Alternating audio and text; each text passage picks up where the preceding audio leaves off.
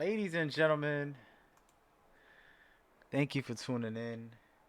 We are officially live, getting you something special today. Some good conversation and some deeper looks into Just a little longer. the greatest creators, newest release coming soon. Take a quick look here. One second.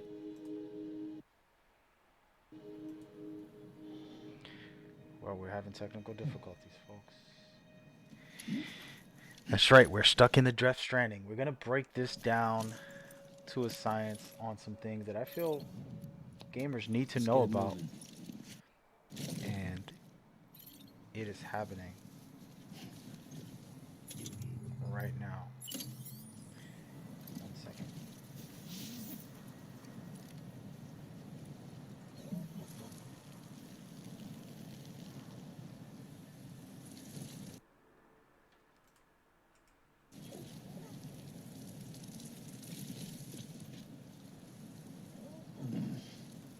There's some major issues happening on my stream. There we go.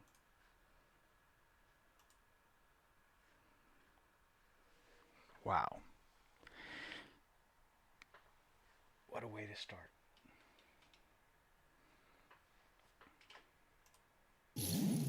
Nothing in the All right, here tank. we go. Nice awkward moment of truth. Thank you for tuning in and rocking with me. This is a live stream. Nothing's rehearsed, and we wanted to talk about this game, Death Stranding, Over here! and break a bunch of things down for people who I'm aren't Sam! familiar with Kojima's work Hey! with Death Stranding. Some people will have their says about what they feel or think this game is, and some will just continue the puns, which are entertaining. But today, we break it down Anyone? simply. Okay.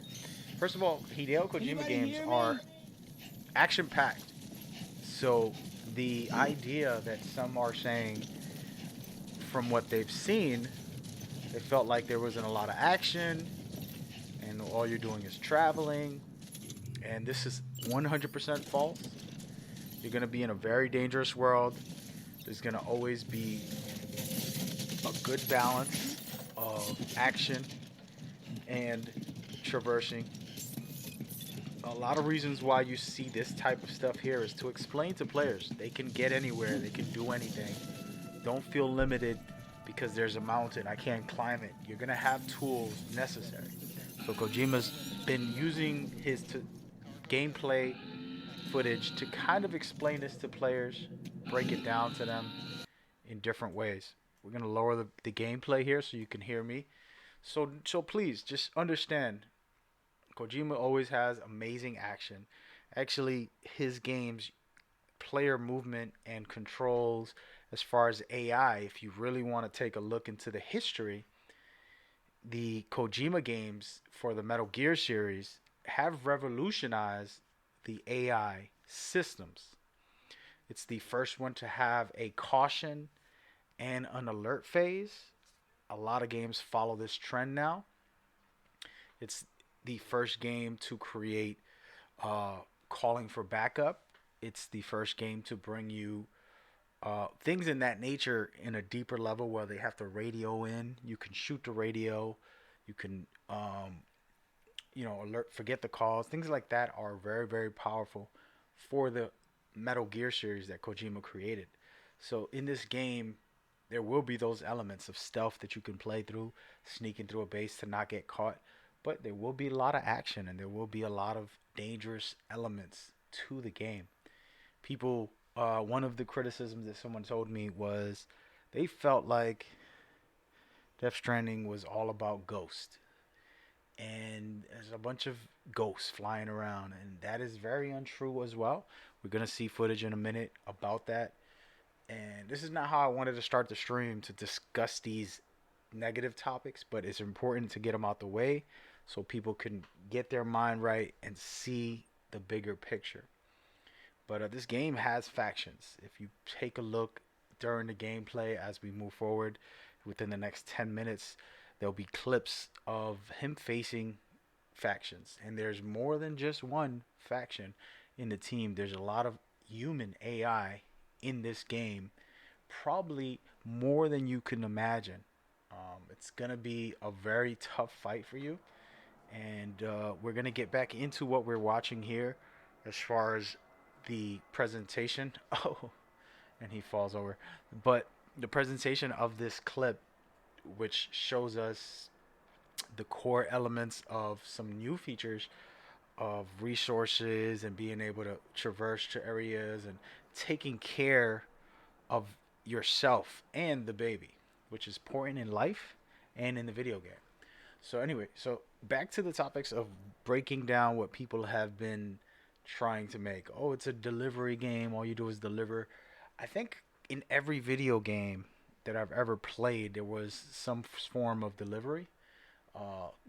Take the prisoner, rescue him, and get him extracted. So you're delivering that. Whether it's going to get information so that you can deliver it at a base, some type of. There's all types of elements in that regard where you're delivering things. In this game, it's doing something a little different than that, and I want to showcase it right here perfectly. Where if you look at his big ass book bag and you're like, what the hell is going on? The reality is that book bag is a realistic form of what we do in video games, right? When you play a video game, you somehow have an infinite book bag where you can carry millions of items throughout the game, and you never have it on you. It's always just in your inventory, imaginary, infinite inventory for video games. And in this game, they're trying to make it a little more realistic, where if you have it, it's gonna be on you. So anytime he pulls out a ladder, he pulls out a gun, he pulls out a tool, it's literally on him. And this makes him a better player. Now, it might seem limiting and it might seem like, how am I supposed to fight or move or do anything? But what you got to understand, this guy has a exoskeleton suit that can make him do amazing, powerful things.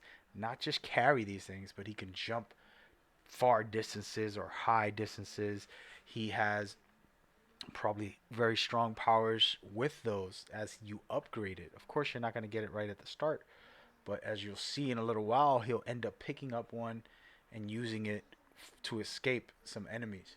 So these things are going to be used. These are a part of the game. There's a deep element of those exoskeleton being on your upgrade chart to help you to be a better player.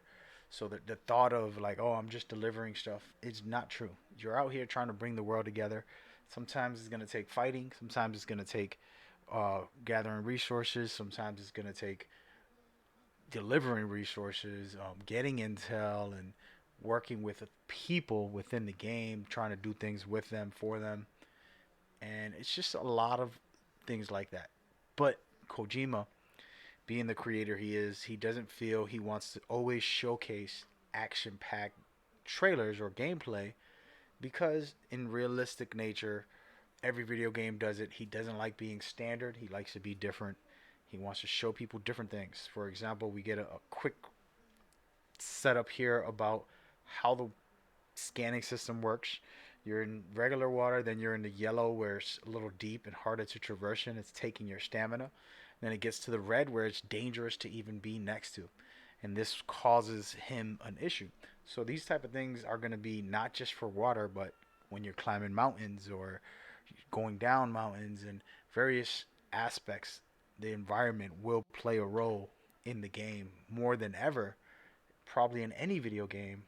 This one is going to affect everything. So you can lose some of your resources or they can get damaged and things like that that really play an important role for the stuff you have. So the survival element is there. It's going to be interesting to see how dynamic that is as we go forward. So thank you guys for tuning in, rocking with me. I just wanted to take a minute to talk about address some things that a lot of fans have been asking me about, and I'm running through the list. I have no script here, and we're just gonna talk about it as we go forward. We will come back to anything you have, any questions you have. Uh, Now, before I get into the story and all of that, I want to address another issue uh, where where I just spoke about. People are addressing this game as like a ghost game. I said it earlier, and like I explained, there's factions, there's human players. Kojima was the creator of the caution and alert phases in video games. He brought that out since the 80s. He had this implemented and continued to evolve it more than any other video game has. If you talk about artificial intelligence, he's done it very well. So I expect the AI to be responsive, to call for backup, to group up to fight you and do different things. Some guys to run away when they know they can't win the fight. You know, there'll be a bunch of elements. Excuse me. That pre-exist already. So never doubt that. And the reason I bring that up is because the core element of this game isn't gonna be action packed. All we see is traversing through environments. I don't see a lot of action. Um, if the, I can guarantee you, if there's no action, I will pay every person. I would give them everything I owned until I have nothing left. If this game is lacks an action, which I doubt it will. We've seen a couple of fights. We've seen some boss battles, but the action is going to be there. You have to understand that. But there's more to the game than action, and that's where Kojima presents it in a special way. As you can see here, the tangible nature of the environment, being able to get anywhere and to do anything, is very important. All right, so now we're gonna end all of that and get into what I really wanted to talk about in general and what matters to me, which is the most important part of this game. And I think everybody, and I say everybody, I mean everybody, has a preconceived notion of what they think Kojima does or doesn't do with his video games. And I'm to blame partially. I'm a small part of it. But since 2001, I've been writing concepts, themes, and theories of Kojima's work. And what could be, what is, what he meant, or you know, his development process, all of those things I've been doing for a long, long time. And what happened was it's become a monster, and it's become so big that it's destroying itself in some parts.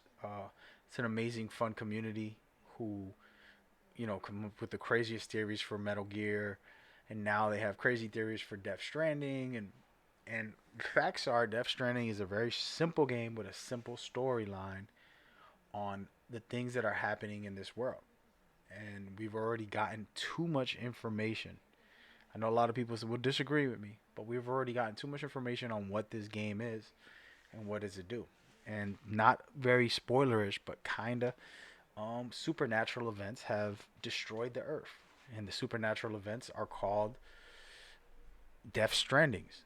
And these things basically, as we know, basically affect society in a way where there's the dead and the alive people in between both worlds, and it's kind of created this quantum realm um, elements. And you see Sam Porter Bridges, who has the baby. He used that baby to connect to the other side, to be able to see these creatures and to be able to battle them when necessary or avoid them when necessary. So as you can see here, this is his little device. That's the quantum physics master key, if you want to say. As you can see how it works, and it creates this whole quantum physics where he's floating up and things like that. That's a perfect example of what this world and this universe has been struck by, all of these elements that change the world drastically. And right now what you're watching is him connecting to one area and getting back connected into the game. And of course, with a famous Japanese person, he's there. We've seen Jeff Keighley a little earlier. There's gonna be lots of features of famous people in this game, which I really really love, and I think it's awesome.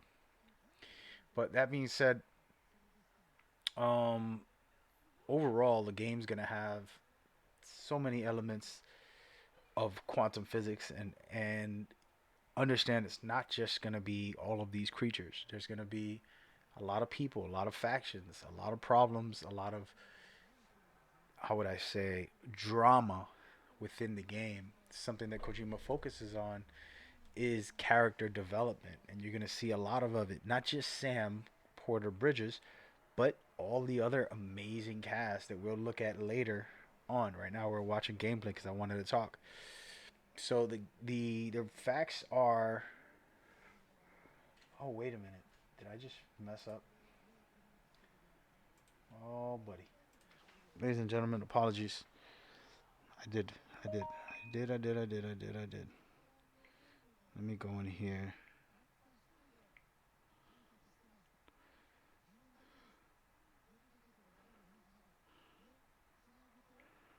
There we go. All right, I fixed it. So, a lot of these elements and a lot of this game is really based off of the drama and the storyline. So, what is the storyline? What is it really about? So, these quantum physics affected the Earth, and these people are trying to survive it, and they're trying to put things back together. And in reality, society also has to figure it out. So, for example, as you can see here, this game has these thumbs up, just like social media has likes. And these guys put ladders, they put ropes, they put a little bit of everything in the game to help out Sam. And this is actually other players who can do this. All right, so I'm setting things up for you as he walks by. If you pay close attention, he's seeing ladders, he's seeing different things that other players put, and more people can put thumbs up and appreciation for everything that people have placed throughout the world. So it's a vital part of the game, to reconnect the world, but also connect the players in a special supportive way that you don't see in a lot of video games. On this regard, it's something different, and it's going to open the door for a new style and experience of the video game. I wonder how much it's going to affect the games, but I like it. That being said, there's more to the story than what I'm telling. I'm trying to keep it spoiler free, but if you look at the core elements of what the game offers, you're getting a lot of amazing visuals and terrain and environments overall. But Kojima is a master of storytelling, and he knows how to combine all of this in a special way. So you're going to have key characters, which we've already seen tons of them. And then you're going to have the factions and the enemies and the variety of human enemies and the variety of these species, creatures, uh, that we call stranded ones. That's what I'm calling them. Beached things is what they call them, but I call them stranded ones. So this is the formula of this game. This is the type of stuff I love that they're doing. But what you got to know is overall, the game is going to be massive when it comes to um, combat. So being smart about it, knowing how to handle it, and knowing how to survive it, it's going to be critical because as you can see here, he's resting, right? But in reality, it's not like he needs to rest there. He can keep moving forward, but he's taking the time there, getting himself back together because you never know when you're going to be in a fight. So I think that if I remember Kojima's work in the past, you get to pace yourself in a lot of his video games, specifically Metal Gear Solid 3 Snake Eater. The pacing was very special. So you end up in a big base, you're trying to fight through and get to the next area. Once you get to the next area, it'll be like a calm swim through a swamp, but there's still alligators to get you. So there's a somewhat relaxation, but there's also intense moments. So, for example, in this area here, he rested, he took his time, but there can be the BTs that will possibly pop up and cause some chaos on his life. So these are type of elements that are gonna make this an intense moment even through the battles. So look at here as we see these ladders, and they are pretty much a showcase of players leaving resources for other players, trying to be useful. And you gotta love it because this is going to be the newest element. We haven't seen players sharing resources in video games like this, um, to the point where you can like it, you can dislike it, I guess. And there's going to be very specific things, unlike other games that you can name and say, oh, this game did the same thing. They did similar things, but not the same. So, so I like it. I think once we see this in full motion, it's going to really change the game and be extra special for others. And I'm excited for it. And as you can see, he dropped something off. He basically traded with someone, dropped something off, and picked up their stuff. So these are very special elements. And look at it another position right here where they leave him an item, and I believe this is where he picks up. What does he pick up? Shared locker, claim cargo. So there you go. This is the exoskeleton. That's what I was talking about earlier. People thinking that you're gonna have to lug around all that, but if you look at his feet, now he has an exoskeleton where he's able to carry more items, and also he picked up the cargo package. So now everything is off of his back, and he's able to just allow that thing to follow him, right? So these are that type of elements that are special. And then some another player right here. This is a music tower, I would say, but it's probably a little more than that. And someone decided to put some music right there to relax, just a relaxed area. And I think that's pretty cool. It's going to be fun and interesting to see how people utilize these things and where they're set up at and what works best. Um, it's a cool mechanic. Now you got music as you play the game, and you can relax and rest there. So all of this are the small details outside of the combat, outside of the infiltration, and outside of the actual missions. Without spoiling the story, you're getting pieces of the gameplay that are going to be critical in the long run. And why is that important? Why is that? It's not the core elements, but we're about to see some actual type of mission. You're going in here, you need to do some things. So what does he do? He drops off all his luggage, and this is a very cool segment of how you can travel in this game also. So imagine you put everything on your book bag and you just ride this bad boy throughout the world, which was gonna be a blast just to hang out and to ride this scooter type of hoverboard is what I'm gonna call it. So that is amazing. And then now you can watch. He just put it away into his book bag. Now he's gonna scan the area and see where everything is, and this is where the stealth and the action. If you're a bad player, you can turn this into an action sequence, and it turns into one. Spoiler alert! But this is a vital part of the game and the experience for players if they take their time. So he's using a non-lethal strand. This is a rope pretty much, but it's specially made to um, pretty much tranquilize people instead of choking them out. It's a special one. So he takes him down, and this is non-lethal, which you just saw. It might look lethal, but it's non-lethal. And what he's about to pick up is a actual another non-lethal weapon. And this is customized, made. A player, I believe, left this in there for him. or he's supposed to pick that up. I'm not even sure where did this come from. I'm guessing it was there, but I think maybe somebody left it there for him. So now he has this gun, and this gun is pretty crazy. If you see what it does, it's kind of like a, I don't even know, man. There's got to be a new word for this thing. So when he shoots, so he gets spotted here. See you later. And now this is where the action comes into play, and you're gonna see they're gonna start swarming him. Everybody on the base is alerted. They're going to get him, and he has to find a way out.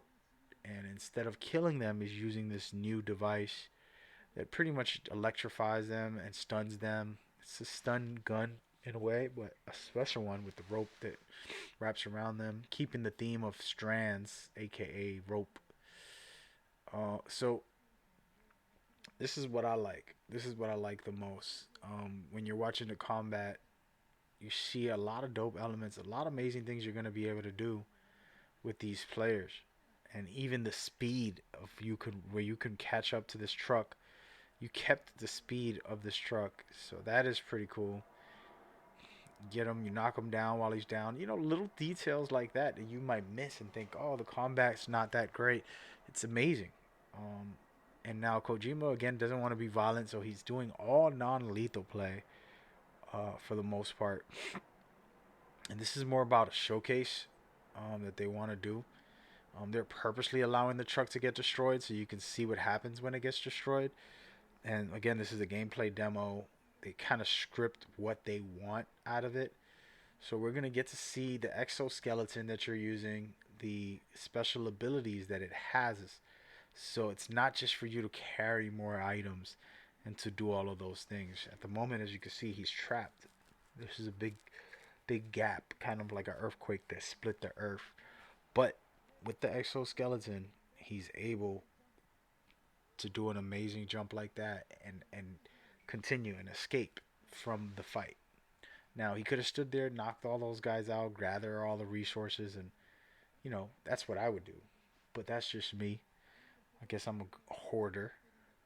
But as you can see, this is the core elements of the game. This is the key notes of it. Now I wanted to talk about something very specific because I feel people misunderstand Kojima's work, and I was talking about it a little bit earlier, but we have to get into it.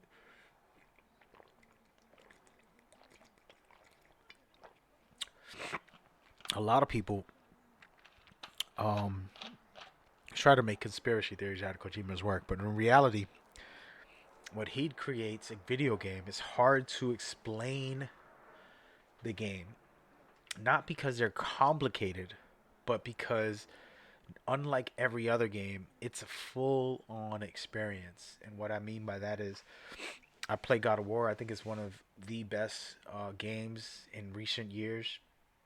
Um, just beautiful story, great lore, great combat, overall cinematically done well. Like everything about that game is amazing. But it's just a story about these Greek god who goes into Norse mythology and has to fight. And he has a kid and a wife, and things happen. And it's just a regular story.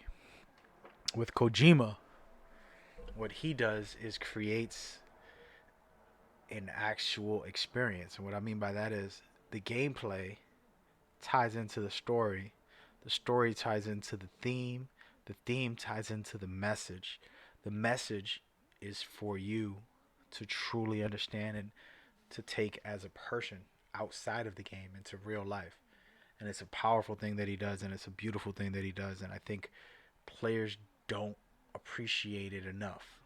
And I think they worry about conspiracies and connections, and they worry about, oh, well, this is crazy or that's, and they get into all the little nitty gritty that have nothing to do with what Kojima's true examples and flows are. I'll give you a quick, small taste of what I mean. Metal Gear Solid, the whole series, every single game is the theme is anti-war, anti-nuclear, missiles and anti-war. And this is a message because of his mother and father who suffered through the bombings in Japan.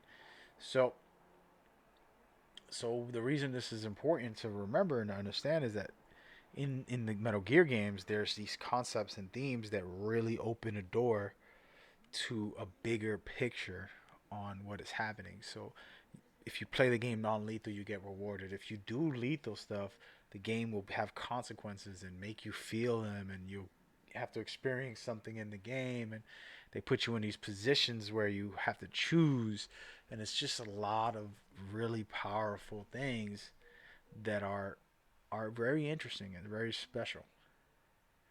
And they're all connected in so many different ways, and the way he presents the gameplay and the structures of it. And I think a lot of people miss that and just say, "Oh, the gameplay was fun. Oh, the story was amazing," and they separate it all into their own. How would I say? Into their own ideas of what they feel the game offers, right? So yeah, cool. Metal Gear Solid has amazing stories combining together fun stuff. Sure, Metal Gear's gameplay is amazing. It's fun times. But it's together it creates this masterpiece that not many video games ever can mimic. So I think people miss out when they actually try to really break down these games. So with Death Stranding, I think the same thing will happen. Still, and that's sad to say, but I think the world will miss out on it in the truest sense of what it really does. So, for example, right here, I'll give y'all an example just for this game. So, what a lot of people don't know, that chemical that he's using is part of his blood, and it's a part of him, like his literally his body. He's using that. This is a non-lethal way to take down this creature. And there's meaning and messages behind why being non lethal is going to be important to fight this creature. And while most people won't care, they'll just be like, oh, we killed it. It was crazy. It was a good fight. Oh, man, I don't know what to do. And, you know what I mean? And it's understandable. But these chemicals are actually a part of the storyline and the elements of what make this game what's gonna make this game very special. So imagine you're using your blood to defeat these creatures. All right. So this blood is in that grenade that you're throwing. The chemicals within it, and there's a reason behind that, and there's a bigger picture and story and theme that folds together to create the experience of what Kojima game is. And a lot of guys don't see that. And people watching right, I know you're watching. I know you're watching, dude. I know you're watching. People watching right now, please understand that and try to share this message with people because I'll, I'll, I'll, I hate to say this. Um, I hate to say this. There's people who are in communities for the Metal Gear series, and for the last 5 years, have come to me and I've sat down, had dinner with them, and talked with them, and online talked to them, and they're stuck in the theories and the concepts of like, oh well, this is what's really happening, and they want to figure out an imaginary idea, and then they're missing out on the core, real pureness of what Kojima games are meant to be. And it frustrates me, but there's nothing I can do to change their minds when they're so lost in that. But I tell them, I say, hey man, no. And the message I'm giving you now is the message that you got to share for these people. Um, and I'm sorry, you know, I'm sorry. So anyway,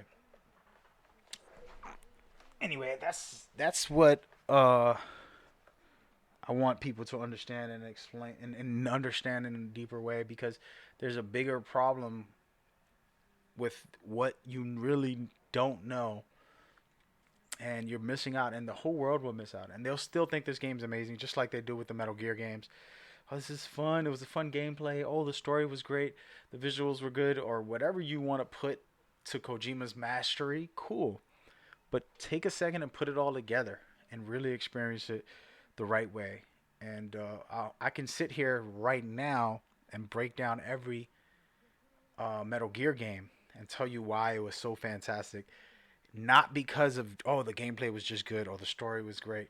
There's deeper elements to them that combine to create this experience that's like no other video games in the world.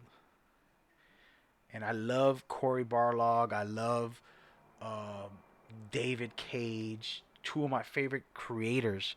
David Cage, to me, his innovation for Heavy Rain and Beyond Two Souls and Detroit Become Human, he's pioneered a genre like no other. Amazing stuff he's done for years. And Cory Barlog is recent masterful, no cut scenes, no camera cut, one camera throughout the whole game, and just everything about that game, God of War, was just unbelievable. And I actually love them. They're my top. They're some of my top guys, top five.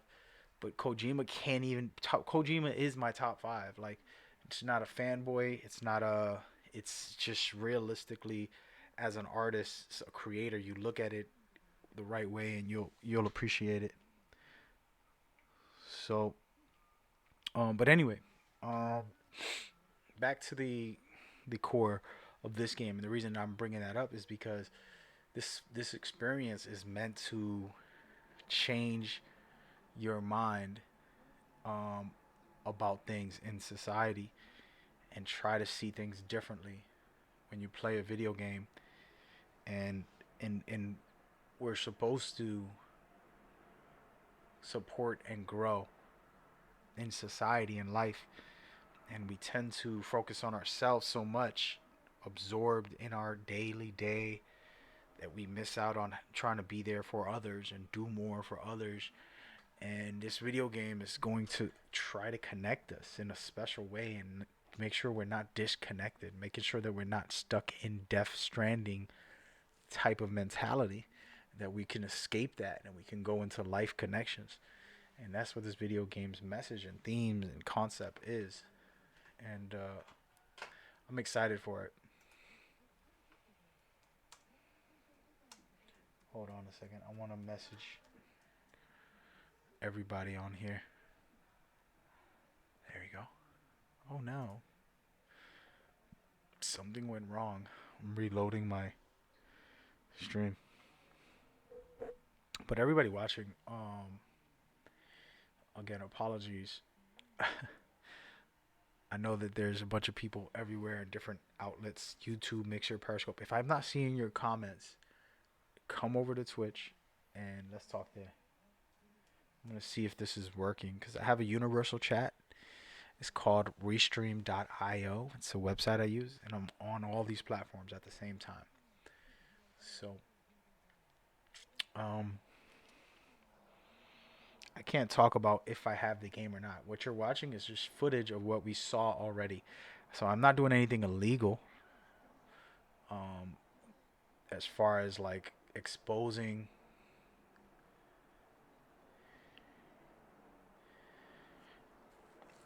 Ooh, look at that mythology with the breakdown. This is good. All right. So first of all, my comments are working again. Thank you, mythology, for coming by. So let's break that down and let's get into what he said specifically. And this is perfectly fine. And this is perfectly normal. And I've had a lot of conversations with people who felt the same way. Some really, really, really special people that I care about, and some people that are just online, and they break it down to me and they tell me that they don't feel interested in Death Stranding, and they have their different reasons. One guy's like, I don't want to be a delivery guy for a video game. That's why I don't work pizza delivery, because I don't want to be delivering. That's a funny and true statement. Me neither. We're both even. I'll eat pizza, but I won't deliver it. That said, that is not what happens in this game. Second notion, I want to know what your thoughts are specifically on why you feel the game isn't interesting and what you don't like about this game. What do you think is not good?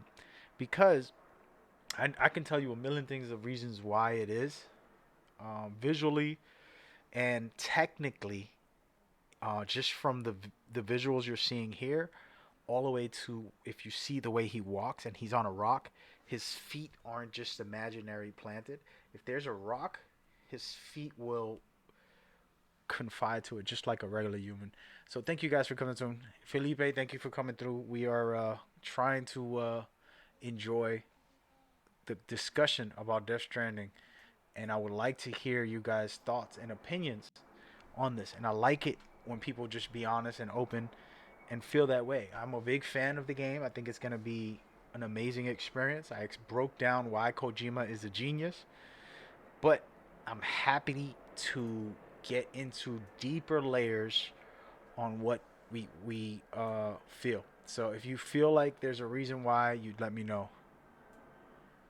Hey, if you don't remember who I am, we did some episode. Really, when was this? Felipe.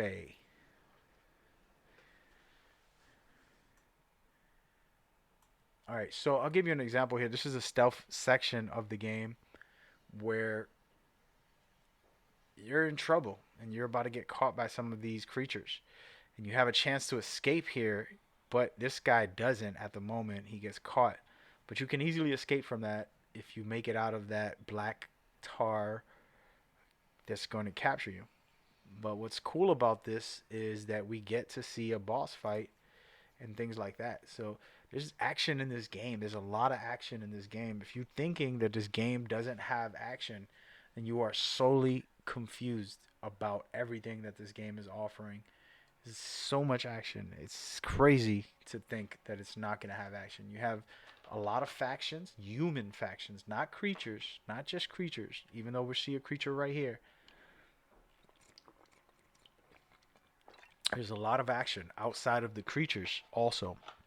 So you're going to end up fighting other factions and facing them and dealing with things with them. Let's turn this music up a little bit. So don't question about the action. If you remember the Metal Gear series, there's always action in the Metal Gear series. You can see here these bombs, this war that is happening before your eyes. It's going to be very interesting. There's got shots fired here. There's a lot of action. So the idea of action not being a key component in this game is crazy to me. There's going to be tons of action, tons of drama for you to unfold. It's going to be times where you're going to need a break. You're going to want to just traverse and take a second. Like, man, that's a lot to deal with. You know what I mean? So we gotta look into this and get into what is or what isn't. I have some gameplay clips also. We could show that. Again, I'm not doing anything illegal.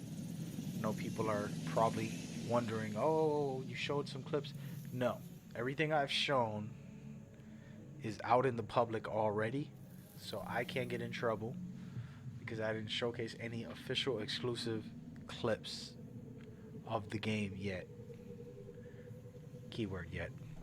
Um, but don't sleep. You're gonna have to fight this guy, most likely. You're gonna have to fight Troy Baker's army, for sure. You've seen the guys in the yellow jackets. I think there was guys in orange jackets too. The various factions like that you're gonna face, going into their bases, taking their resources, and you know, dealing with that type of thing. So, don't sleep. Don't sleep on this game. There's much to expect gameplay wise. So I just want to understand what people don't like. What do they don't like? It would be very interesting to make a list of things they don't like. Help me understand. Help me understand. Let me go into, where's the gameplay footage? Wasn't there gameplay somewhere? So as we see here, this is the good stuff. So this is more story based. Thank you, by the way, for coming through and following Dome. We are discussing the good and the bad, what we people think and don't think about Death Stranding, what they don't like, what they feel like will be great.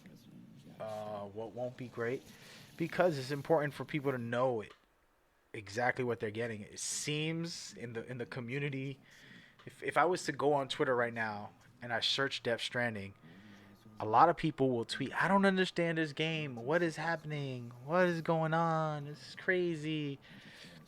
And in reality, it's not. I'm sorry. I know it sounds fun to say, but you're talking about a world where supernatural events happen called Death Stranding. This changed the world. This destroyed the world in a way, and you're trying to survive that, and you're fighting through, trying to get through. Now, does that mean there's no humans? Yes, there is. Because right now you're about to see these guys come out. They find Sam Porter Bridges. Now he has to get into a fight. These yellow suit wearing guys are one of the many factions in the game that you're gonna have to battle.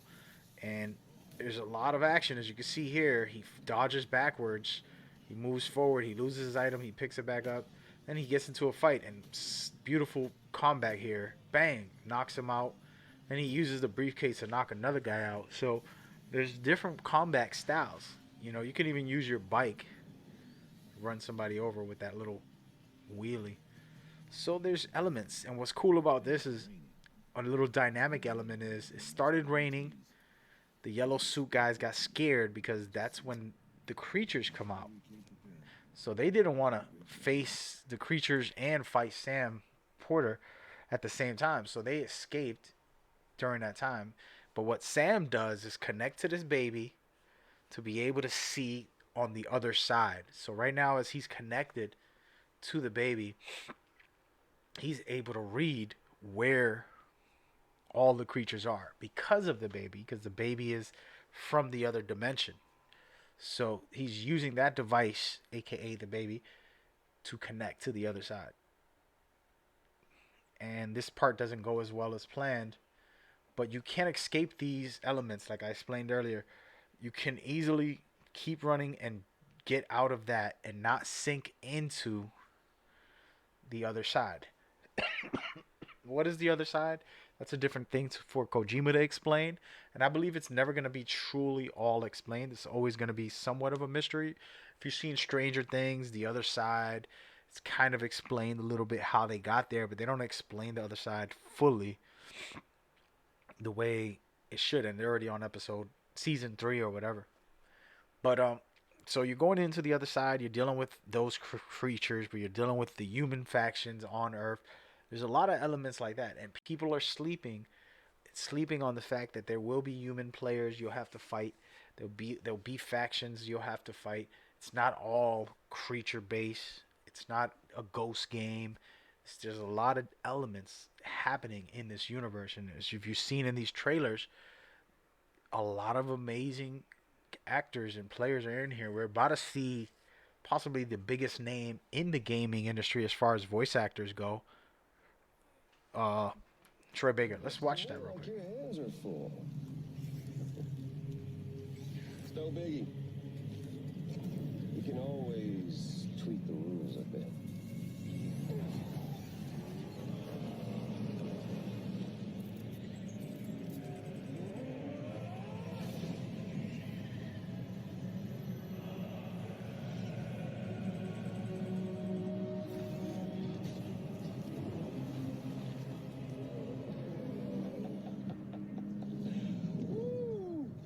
He looks hungry.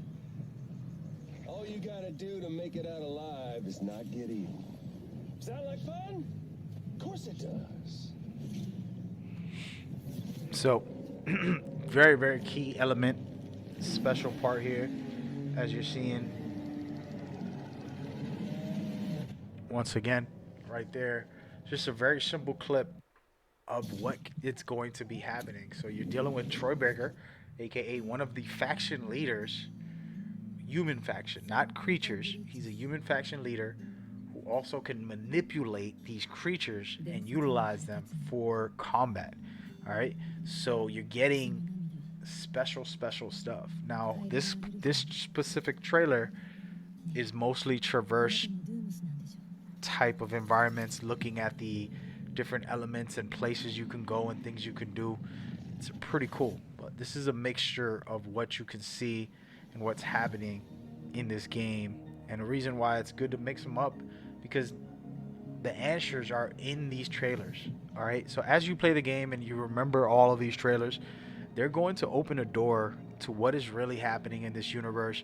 They're going to open a door for you to be. Look at me. I'm coming through the screen. They're going to be opening the door for what is really happening and what is really going on overall. So you look at Mads and he looks like an evil guy, but you also see him when he's with the baby and promising the baby that the baby will travel the world and the baby will even go to the moon.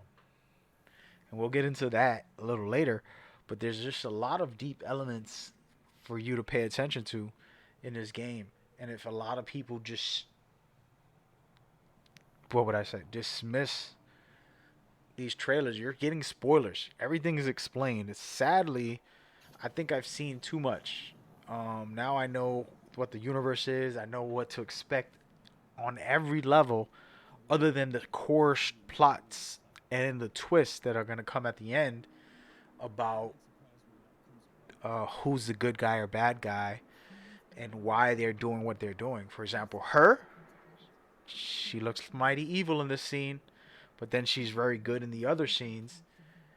And look at Sam drowning into the Death Stranding liquids. So you look at her, she looks amazing in some scenes. She looks fun. Like, for example, right now, Mads looks like an innocent man taking care of his child and promising his child that you'll be able to go anywhere you want, even the moon. And this is a big, big telling of the story of who is this baby and why it's important. How is it connected to the plot and the story? And it's just beautifully done, to be honest with you, because that opens the door of making what's his name, making Mads a special guy. And right after he tells the baby that, I put this clip on because this clip is also telling. This is the theme video, aka the intro for Homo Ludens, the mascot logo for Kojima Productions, as you see fit right here. Beautifully created. I met this guy a couple years ago. I have him on my Twitter. So as you see here, it's a quick, easy video just of him on the moon, aka the baby. So now we know the baby is going to the moon, as promised by Mads. And you gotta love that. So it's all connected. I've already talked about this in other videos, so I'm not gonna get too deep into that. But yes, the baby was promised that it was going to the moon, and Mads delivered, because in that trailer, which isn't supposedly not connected to Death Stranding, the baby is also on the moon. The moon, the baby's. I'm sorry. All right, enough of that. But the core element of this game, once again, we're gonna do a quick wrap up just to address it for you guys, and then from there we'll take more questions, comments. I would like y'all to share what you like or dislike. It's always interesting to hear people's perspectives. But imagine a special, very supernatural events happen, quantum physics style, destroying the earth, bringing in these creatures to the world, and causing you and everybody to die, suffer, go through some things. And quantum physics, quantum everything, realms are all over the place, and you don't know what's going on. And it's like, what is really happening? This is what is happening on this earth. And it's a metaphor for our current state of living and society and the internet and how it's warping us into different things. And it's a special way for the game to present society's devastating effects of social media and the influence of media in itself, just entertainment, how it controls us and devastates our lives in different ways. And how we're naked to the world right now, just like Norman is on a day-to-day basis on the internet. How I'm naked right now, in love with this game, speaking about it.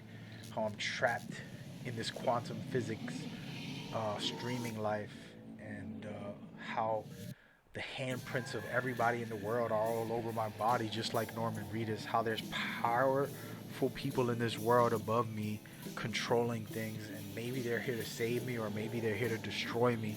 How do I know? All I see is carnage in this earth, and I wake up to this world being devastated the way it is, from um, just environmental issues to society being destroyed, and everything's still connected through these cords, just like cable and internet and all of these powerful elements that devastate us. And that's what the symbol of this video and the first video that they made symbolizes, and the game symbolizes this in many ways, and that's why it's called Death Stranding.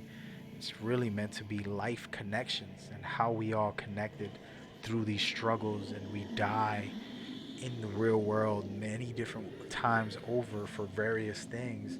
We die from our innocence, whether it's sex, drugs, um, innocence of purity, we're believing everybody's good person and believing all of these things. These game really wraps up in a beautiful way to touch you and to change you and to show you that we're all human. We're trying, and not everybody's perfect, and there are bad people and things go wrong, but it's on you to continue to make it better, and to continue to support, to continue to lift up, and continue to try to help each other. And that's why the gameplay mechanics are going to allow you to support other players by giving them resources, by giving them leaving ladders in special places, and leaving signs telling them where to go, leaving vehicles so that they can travel where they need to be.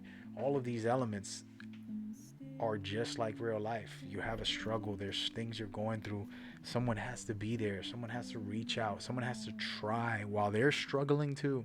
If they just give a little bit back, they can make the world a better place, and they can help society. Just like in this game, the whole world's destroyed and torn apart. That's what this game's message core element is going to be providing for players. It's going to retouch your heart and soul if you really put in the time and effort, not just to beat the game, but to support other players. Like I said, leave a vehicle for someone, leave some ladders and ropes for in areas where they need to climb, so that they won't have to use theirs and lose out on resources. Do these things, help change the world in this game and in the real world, supporting others. This is where this game is very powerful, and the message behind seeing skeletons and things like this is bare boned. You're just the true you. When you see Norman Reedus naked, when you see the skulls, it's just the true you, right? And that's what this game is talking about. And then we all have something precious to us. We all have something important to us. We all have something powerful that moves us, changes us, and motivates us. And right here, the baby for this game is the key component that helps us get through life, and through the struggles, and through the stress, and through the problems, and really, really open a door for us as people. And that's where the symbolism of this baby and the power behind it is like no other. And a lot of people will miss out on these things because they're just like, oh, I just want to play this game, we'll see what it's like. And they won't get the deeper messages and the purposes and the meaningfulness behind it. Okay, so then in this trailer, when you first see it, you see a scared Del Toro here with the baby, and it's like, oh my god, what is going on? And then as you go forward, you're going to be seeing another clip within this video where you see Mads, a great actor, look like the bad guy. He looked like he's hunting for someone, but maybe he's the good guy hunting for his child, for his baby that he wants back. But everybody else is using and manipulating the baby instead of giving it back to him. So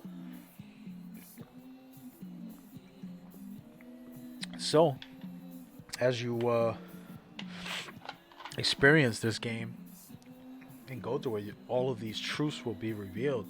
But the key components are really about you and society and life and connecting. The way this world and this game is disconnected from each other, and you spend time reconnecting the world, it's in the real world also. It's going to try to connect you to other players. in a special way that's never been done. And it's up to you to be a part of that movement and help all of us solve this riddle of Death Stranding and the effects it has in the game and the Death Stranding of our real lives. So you go on my Twitter and it's just messages to the world, right? And I'm speaking to the world, but they're not speaking to me. It's when someone speaks at you or speaks with you.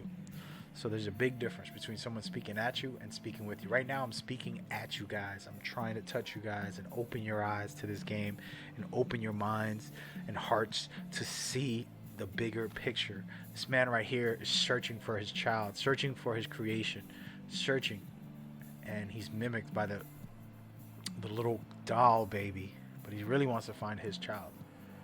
Okay, but in your eyes, he looks like a villain. He looks like a bad guy. This guy's a badass. He's a scary, crazy creature that manipulates other creatures. And this is true in a sense, but it's also not true because we don't know his backstory. We don't know his real purpose on what he's really doing in this world.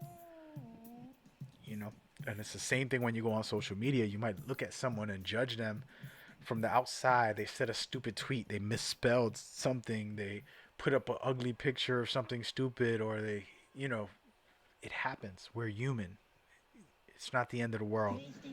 We have to be better for each other. And that's what this game is going to do and try to present to us in special ways. So now we're just watching some of these trailers, just discussing the game a little bit, getting into some deeper stuff. And I'm sorry, but I wasn't even going to stream this today, but a bunch of people were messaging me about it, and I felt it was important to discuss it one more time before I can't discuss it anymore, which is happening very soon. Just to talk about elements, what's really cool about this whole video here in the beginning, it showcases Timefall. Timefall is, just like I said, the supernatural events that have been happening. Timefall is basically rain, but it's time travel rain. Just imagine, I'm just going to help you understand it better. Time travel. So anything that the rain touches, it fast forwards time. So when it's in the beginning of this, you've seen it hitting the plants and the plants died. Now, these guys have suits protecting themselves from the rain, but you're going to see a guy a little later who's getting hit in the face with it and becomes an old man right before our eyes, right in front of us. So, but then there's elements about this. When the rain falls, the creatures come out. All of this special supernatural things start coming out, and it's very scary. So if you pay attention to this guy stuck under the car, he has black hair, black, no wrinkles, not too many wrinkles on his face. He just looks very young. He's struggling to get out. He's hurt. You can see it right there. Now the rain's going to keep falling and hitting him. As it hits him, you see him aging right before our eyes. The rain is changing his hair color to gray. These are really deep elements of what the game's going to have as far as dangerous environments. Forget about a bullet. The rain will kill you. The rain can kill you. You have to protect yourself. And there's going to be elements of that in this game. On top of that, when it does rain, these creatures come out. These supernatural beings. As you can see the handprints. Now this is where it gets deadly. Okay? Because now, on top of the rain, you have these supernatural things that are all over. So, we'll get into all of this in a minute. But the core element of what I want to stress is that overall, the supernatural events will continue to happen. We don't know every single one that's going to happen in the game, but this Timefall is a big, big one because every time it rains, the creatures come out, things get dangerous on top of whatever else you're going to be facing. So imagine you're fighting a human faction, starts raining, these creatures come out also, and things get really crazy. So this game is going to have a lot of little elements like that are going to be dangerous. It's going to be tough to fight. And it's going to get very real. As you can see, Sam looking at one of the creatures floating towards him. And he can sense where they are. But he can't really see them unless he has the baby to help him. As you can see, his blood is causing something to happen on the earth. So Sam's going to be a very special guy in this game. He uses his blood, as we saw earlier, in one of the weapons to destroy a creature. So this game's gonna have really meaningful, purposeful things, elements that are gonna affect it. As you can see, this guy went bald and all white hair. So these are the elements that with this game that are gonna be special for gameplay. Forget about this cutscene and how great it looks and what is going on here. And the key is this is gonna be a part of your gameplay, and you don't want these creatures to get you. You don't want to get caught in the mix, and it's gonna be interesting to see how it all plays out in the future. But a lot of people will confuse this and just say, "Oh man, what is going on in this game?" Forget about what you want explained. Okay, why is this happening? Why are these? That's the key revealed of why this happened. And I can easily say it's gonna have to do with nuclear warfare. It's gonna have to do with opening some type of quantum portal that caused these Death Stranding creatures to come out, you know, and it's opened the door to a lot of dangerous things. So that's where I'm interested for the story, but that's separate from the gameplay. In the gameplay, you're gonna have all these factions trying to survive and do what they do, have their bases and have all that. You're gonna have you what you need to do and all the allies you have, people crossing you and just it getting crazy as we go forward and utilizing this baby to connect. Very powerful. But yeah, so that's what I wanted to address on some things. I know I got a little deep for you guys, but there were so many people asking and talking about it for the past 3 days. Ever since people got copies of the game, I've been getting a lot of messages, and I just wanted to address it. In the beginning, I talked about this, what people didn't like, and they felt like, oh, well, this game's gonna be boring. I don't want to deliver stuff. I don't want it to be, or I don't want to have to just fight ghosts all day, or, and that's not true. None of it is true. There's a lot of elements to this game. Even when you die, you see right here, this is gameplay. This is actual gameplay. When you die, you'll be able to circle around Norman Reedus. You'll be able to look around in this different environment like this and see what is going on and collect items for a couple of seconds before you come back and find your way back to the real world.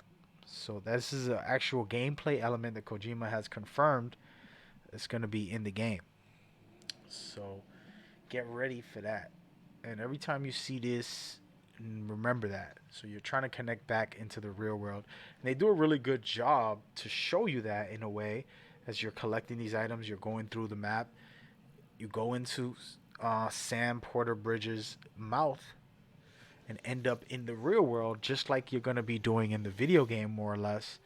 But what's really important to note that when you do die, you leave a crater, you leave a destroyed area in the game. Every time you die in certain areas, if you die from one of these BTs, they cause this void in the environment. So during this cutscene, it might look like just a regular, like, what is going on?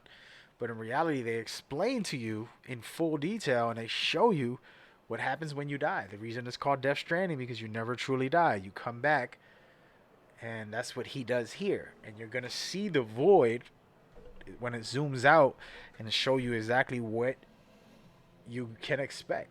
So these voids will happen every time you die in certain areas. Certain voids are bigger and smaller. This is a huge one. So this is a different type void. But there's going to be things like that that happen. So these are all confirmed by Kojima. Not me saying them because it sounds good. But I appreciate y'all coming out, hanging with me, man. It means a lot. Uh, so let me go ahead and look back at some comments, bro. Someone said I should have wrote the script. Not even close, man. The way I would have done this game, I said it in a video, and I don't think Kojima's gonna do it. Um, I haven't beat the game yet, so I can't say. But the baby is the key component, and I created an amazing ending for the game. But I won't say it again. You have to search my archives of Death Stranding clips, and there's a lot of them. And I explain what the baby is and the baby does, and what the baby should offer by the end of the game, because it's such a powerful, beautiful concept. Do you think there's gonna be PvP? Negative. There's no PvP in this game. It's not meant to have PvP. It's meant to connect us. The actual title of the game is called Death Stranding, and basically Death Stranding stands for life connections. It's the opposite of what it's meant to be. Life connections. So it's about connecting. It's not about facing. You're not even supposed to kill people in this game. You know, you're dealing with death already. The stranded, dead people. In regards to that, so there's no such thing. Um, are we gonna deliver anything except pizza? Yeah, probably. You know, I'll take some chicken fingers and French fries, and I'll take a burger. You know.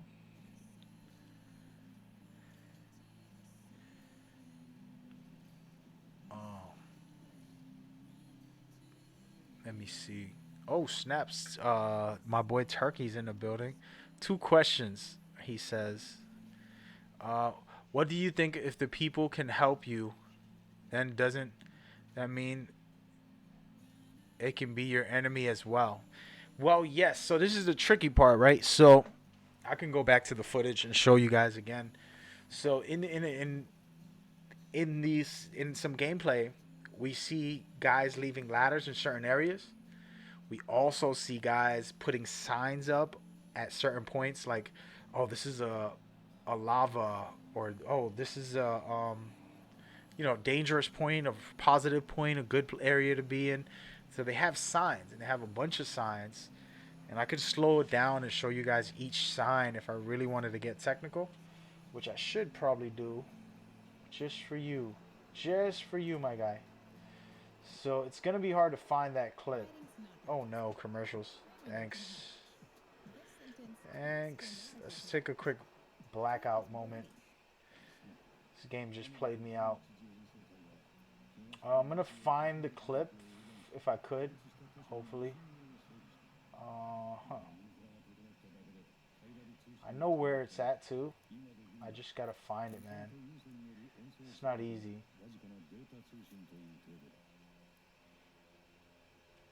Actually, hold on. Let me open this up for you guys so you guys can see me to search for it.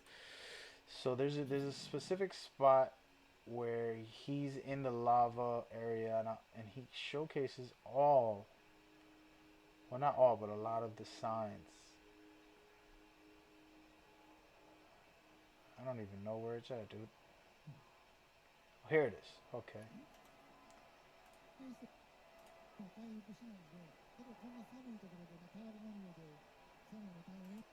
All right, I think it's gonna be right here. All right, so we're gonna slow down the moment I get to it. So see, I'll give you an example. So there's these areas where you can mark and say something while you're there. You can leave a sign to what it is. What it is that's there. For example, here we go. I'm gonna keep it here, and I'm gonna slow it down for you guys so you can take a quick look for yourself. All right. So if we look carefully, there's your do not enter. There's a caution, right? There's a BT sign. There's rough going. There's just cliff. There's just all types of signs that'll show you what exactly is happening there. Now, me as a player, I can put anything there. Now, the facts are you can have people troll you in some ways. So people can put different signs and be idiots. But people are going to dislike that. And people are going to probably get that removed because they can report it most likely and be like, you know what? No. So it can work against you. And that's how society is, right? You think we're all good people. We can help each other. But a lot of people don't.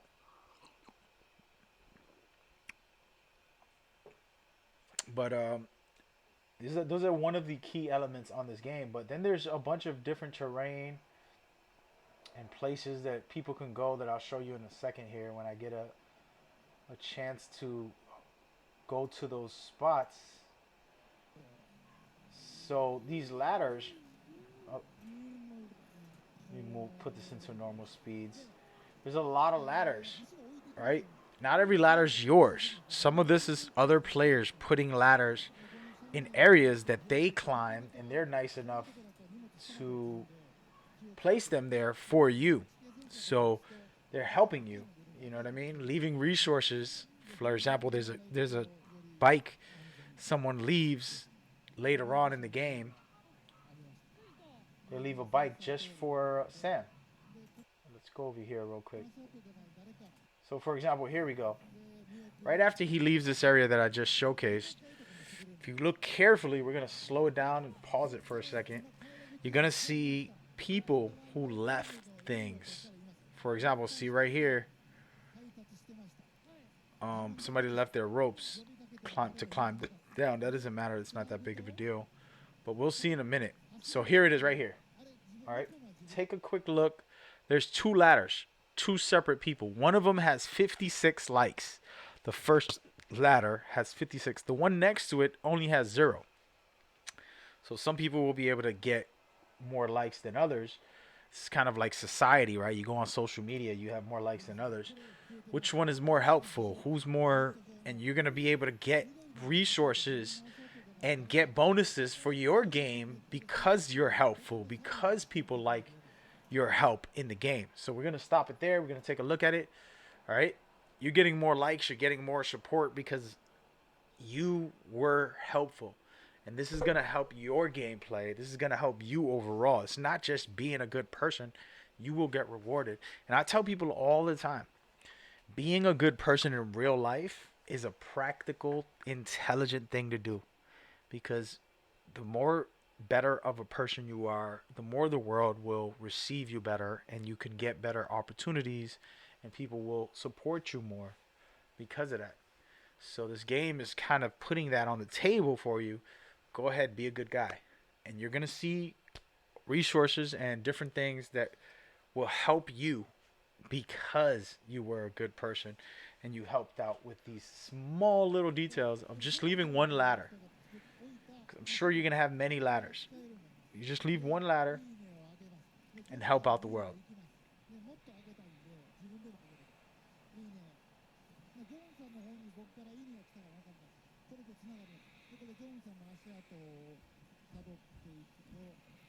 And the second question is probably the most powerful. But before we get into that question, Turkey, that was an amazing one. So as we see here, there's more things that people left behind. This is all resources. These are all items and things that people left behind for us. So the idea of them being your enemies, sure, it's possible someone can put a false sign up and say, "Oh, it's safe here," and then you got a freaking giant creature gonna kill you or something. It's possible, and it's definitely going to happen somewhere, but it's not gonna benefit whoever's doing that. You know what I mean? Let's fast forward this. I gotta lower this Kojima talk in the background.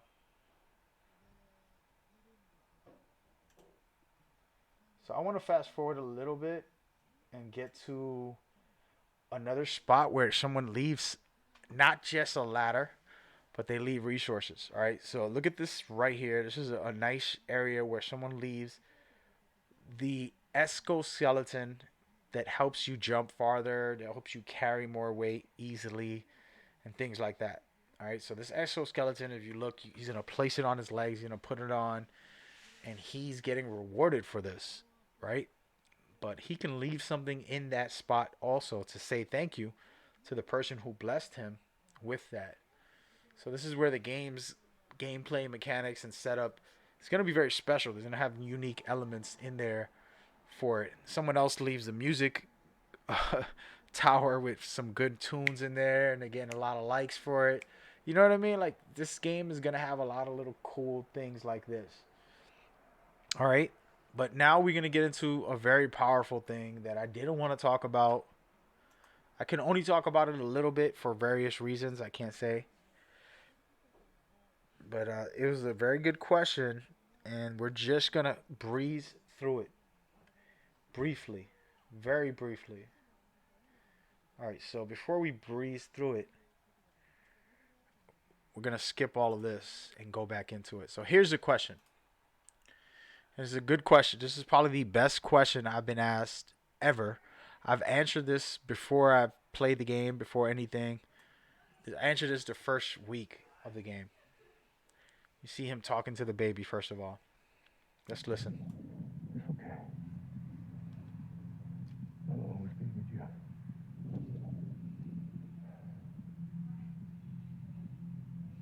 See the sunset. The day is Before I answer the question, I wanted you to see these parts because they're very important to my answer. And this That's part what right we here need right specifically, now. Not to stand apart, but to come together. this part right I'll here. show you the real thing soon. I promise.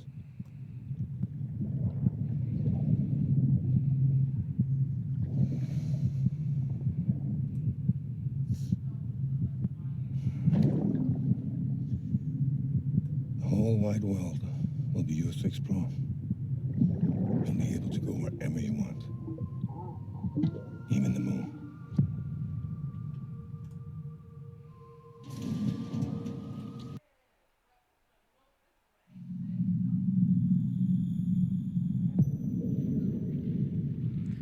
So why is that important? Because Mad's been looking like the villain of the game. He's been looking like the bad guy. But if you watch this segment there where he's promising the baby he can go anywhere, even the moon, it's very powerful. And then right after I showcase this, where the mascot of Kojima Productions has nothing to do with the game, is on the moon. So it's a very powerful message back and forth. So let's listen to the question of what someone asked. Who do you think is the ultimate antagonist? Or will there be multiple antagonists, as in humans and creatures and other gamer people? Okay, so that is the question. It's more like a statement, but I'll take it. So while we do that, what we're gonna do is go into possibly the best trailer that showcases characters and it kind of opens the doors into some things. I am gonna lower it though. All right, so let's get into it. First and foremost, Kojima never has a game when it comes to Metal Gear. He's never had a game where you actually have a bad guy. If you play the Metal Gear series and you really understand it, the so-called heroes, Solid Snake, Big Boss, Raiden, the three characters you play on the 9 Kojima games actually were villains. They actually were bad guys. They actually did the wrong thing. For part 1, Solid Snake activated Metal Gear. He killed off most of the people that the government wanted killed. He was literally terrible. He was the worst thing that could happen. He did worse than Liquid did. You know what I mean? Like, dude was a terrible guy. The only one that was close to him in part 1 was Ocelot. Ocelot killed off by accident the the main DARPA chief or whatever it was. So Solid Snake was terrible. Raiden, same story. He did everything that the government wanted him to do. They manipulated him. He was the bad guy. Metal Gear Solid 3, not only was Big Boss terrible at everything he did, he killed his own mentor, the person who meant the most to him, the hero, the one who we still consider the greatest soldier in the series, the best person, the boss. Can't get any worse than that. Okay, so when you look at it all, there's never a hero in these games. Kojima's message is anti-war. Kojima's message is this isn't okay. This is bad for society, for us. And he really pinpoints that. So when you see this drama and you're looking at Troy Baker here, Troy Baker's trying to fix the situation in his own way and manipulating it in his own way and trying to embrace it most likely. And the same thing with Mads. When you see Mads, who's you see the two good scenes where he's being nice to the baby and stuff. I'm sure there's a deeper, meaningful purpose behind it. And then when it comes to you, Sam Porter Bridges, I'm sure you're going to be doing terrible things without even noticing. And you're going to be manipulated by somebody in the game. And I already know who, so I can't say. But these are the elements that really make Kojima games special as far as story and drama and manipulation of plot twists where you're trying to do what's right, but you're messing up the world and you're doing things wrong and you're causing more trouble or conflicts, and it's a lot. It's complicated in that regard. So for me, there's never an antagonist in Kojima's games. I always feel like he's very smart about how he creates those stories. So you're gonna see things that are terrible and done bad by the good guy, and same thing with Mads or Troy Baker or all of the characters that are in the game. So in reality, what I'm saying is there won't be an antagonist. I believe everybody is an antagonist during this terrible situation, and everybody has their own selfishness. And I even Sam Porter Bridges specifically is a dark guy. He's supposed to be the hero, but he's not that great of a hero. If you get to find out his true story and the way he really is, he has a lot of mental issues, and he's dark and he doesn't trust, and he's, you know what I mean, selfish in many regards. But little by little, he breaks all that and he becomes a better so-called hero for the game. But it's a complicated story. But that's where I would pinpoint that as best as possible. I appreciate everybody that's been coming out and enjoying this with me, man. I just wanted to talk about it and release it off my chest before things take off for me, and I play this game for the rest of the year, pretty much.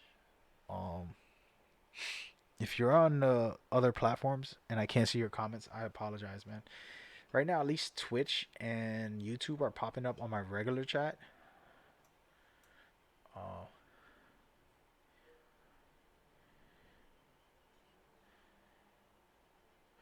yeah, man, the Easter eggs in this game are going to be very special. So you think about it, right? This game already has star power, but it's also going to feature star power when it for example, Corey Barlog most likely is in this game as a featured artist, featured person, just like what's his name? Jeff Keighley is in here, and just like other people are in this game, you're gonna have a lot of featured people within the game at some point here and there, and it's gonna be special when it comes to that. And all the main characters are already special. You don't need to add anybody, but Kojima's just adding more and more. And there's a long list that I can tell you of famous people that are gonna be in there. Um, and he can always add more later. So it's a very smart thing that Kojima did to give his fans some really fun elements overall. But yeah, so that's the core of what I wanted to talk about today. I'm gonna get off of this. I'm gonna eat something real quick, and I'm gonna get back online and play some video games. I just wanted to address this. And once again, the main key point of what I wanted to say, and I messed up at the start of the stream. I ruined my whole stream. The first 2 minutes or whatever it was. I wish I could cut them off. Uh, but the key component is, I'll explain it to you like this. These girls are loud as hell outside.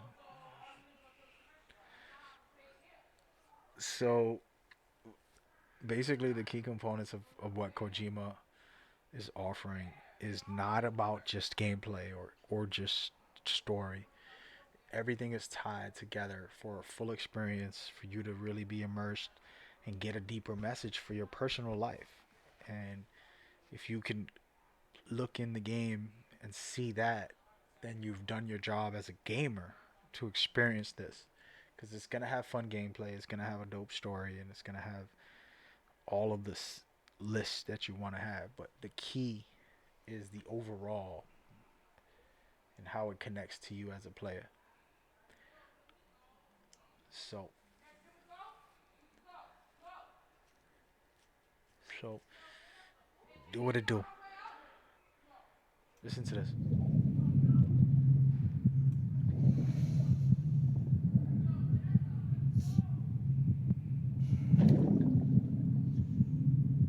The whole wide world will be yours to explore. You'll be able to go wherever you want, even the moon. Why is that important? Because I'm gonna show you. The baby is Homo Ludens. The baby is this character right here. Can go anywhere, even the moon.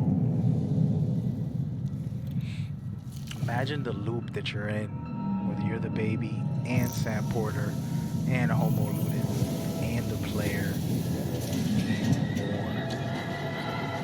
Everything's connected, my guys. Anyway, I appreciate y'all, man. I really do. We're done. We're done. We're done. We're done? We done or we finished? If you guys have any more questions and comments, please feel free. I'm finishing this stream with thank you very much to everybody, all of my friends who needed this. Thank you for 4 days of battering me. It started off because of Sony and releasing copies, and they all started flooding me with craziness because of that, my friends. And now I also had some other guys yesterday bring it up on my DMs. So I just wanted to address some of this stuff about the game and what I could talk about. And it's pretty dope. I'm excited to experience this with you guys on November 8th. As a family of gamers, just to talk about this real quick, as a family of gamers, we are going to have to unite in special ways for this game. So I'm excited to share that with y'all. And not to be on a competitive PvP or a smash and grab shooter co-op style, but just a supportive role. And I'm when I stream, I'm going to request people to come and join me and to follow my lead as I go and do all the things I'm doing. So I'm happy, excited, so thrilled to be a part of this journey with y'all. All right.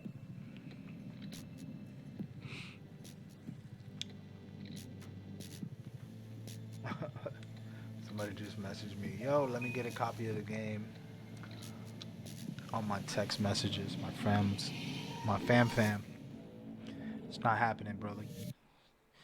Don't work like that. Actually, even Kojima staff, just so people can know, even Kojima staff don't have copies. I'm sorry, they can't give away copies, is what I mean. It's all handled through Sony. So you gotta be connected to Sony Digital Entertainment, Sony Interactive Entertainment, PlayStation Entertainment. You have to be in contact with them. You have to be a trusted, reliable source for them to send you anything. Don't expect to be sent something if you're just a guy who never has a press site or has a YouTube channel that with reliable information and a strong following, all of that.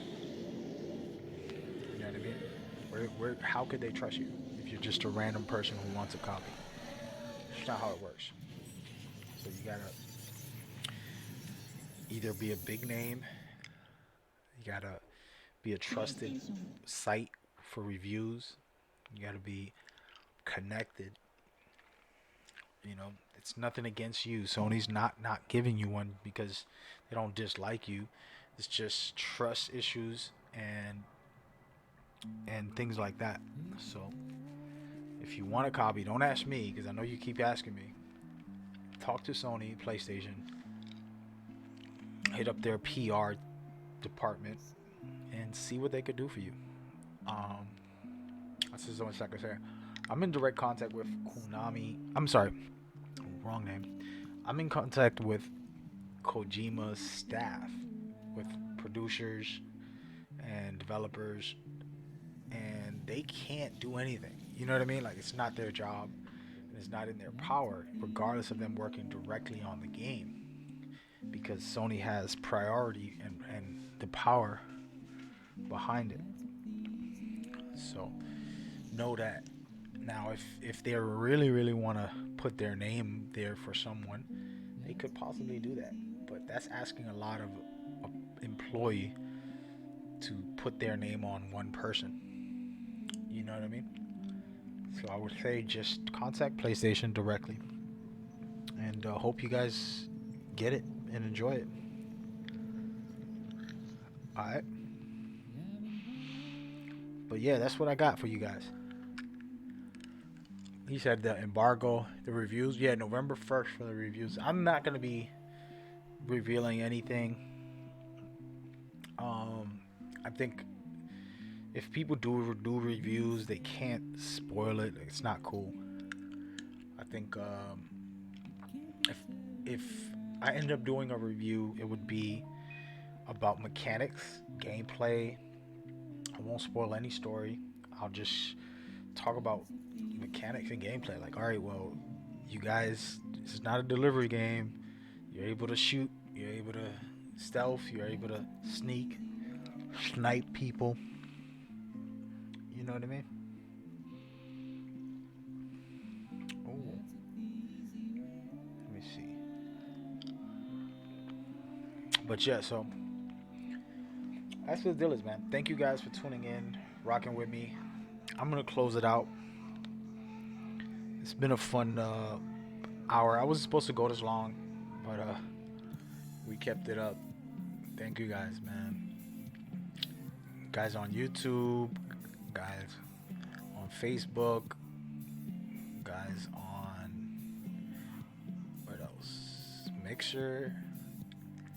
Thank you, man. Thank you very much. Nobody on Twitter anymore. 2 people. Thanks. Yeah, but everywhere, man. I appreciate y'all. And that's all I got for you. I can go on and on and on. I can tell you all these little details, but I've done it already, and I don't want to re-speak on these mechanics and gameplay elements. You know, Death Stranding is an open world game with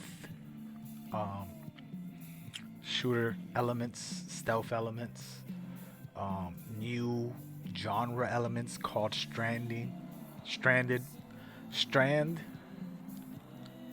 social strand genre. That's what Kojima's calling it.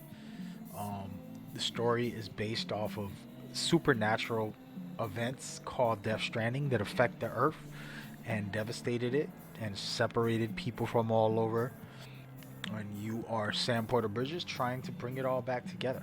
And there's a whole bunch of supernatural things as you see here. And the main character, Sam, uses the baby to connect to the other world and be able to see where the creatures are and all of these powerful elements.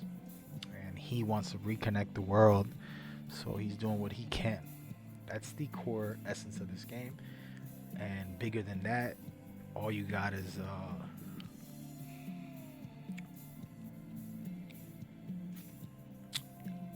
a good time. The gameplay is going to be fun. The story is going to be amazing. And you should enjoy this big time. Kojima's been doing this for 30 plus years, so to expect anything less is foolish. But I love you guys and thank you guys for hanging with me and enjoying this journey. Last points for last questions. Stop messaging me on my text messages, man. I don't check my phone too much. Let me check it right now. Once there was an Ooh, explosion, my buddy. a bang which gave My birth buddy's to over here in space. texting me. I haven't heard from him in a while. So he wants a copy of Death Stranding also. Who do you hit up? Like I said, PlayStation. I can't do it for you, dude. Work it out. Check with PlayStation. Let me know. Alright, so that's pretty much it, man. Thank you guys again. It's been a joy. And we'll leave with this part, very important part of the game where this is kind of, you're caught up in the middle of some craziness and you got to try to survive. And this is early on, I believe. This is in the very early stages of the drama and how it all unfolds. And there's a lot of tutorials in here, I believe, right in the start of this point. But yeah, so thank you guys very much. I'm talking low, one, because I got a sore throat. I'm eating Halls. And secondly, because I can. Thank you guys. Again, see y'all very soon. And I will be streaming this game when I'm allowed to officially stream it, which probably would be November 8th. Unless they give me an earlier time to stream it. I'll see what they say.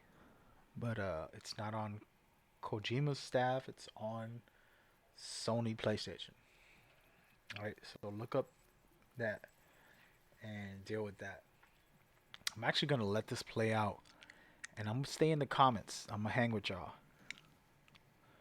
But I'm going to just let this play out. And just turn everything off.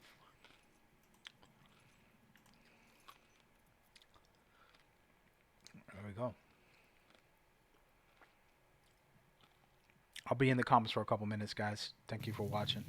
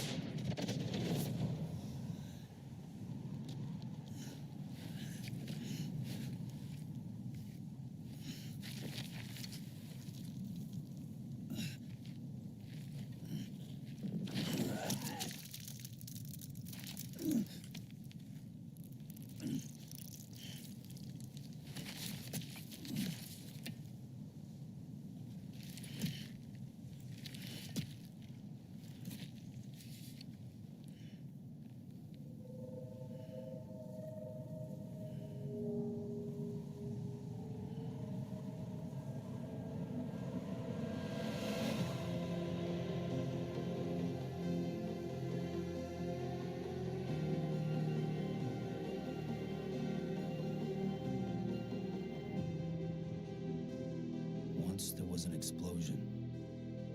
A bang which gave rise to life as we know it. And then came the next explosion.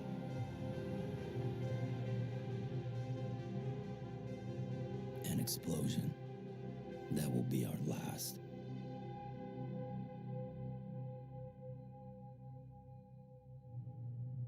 Ah, yeah.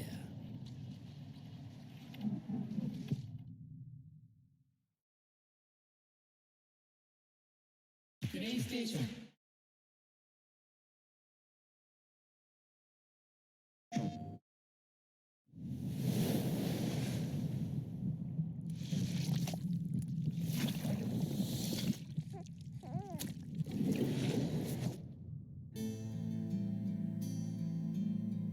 Sam Porter Bridges. The man who delivers. Tears. Chiral allergy. So, you have dooms, like me. What's your level? I've got the extinction factor, but I think you got me beat. You can see them, right? No, but I can sense them. Wanna come work for me? Must be tough out here on your own. I can't help you with that. I make deliveries. That's all.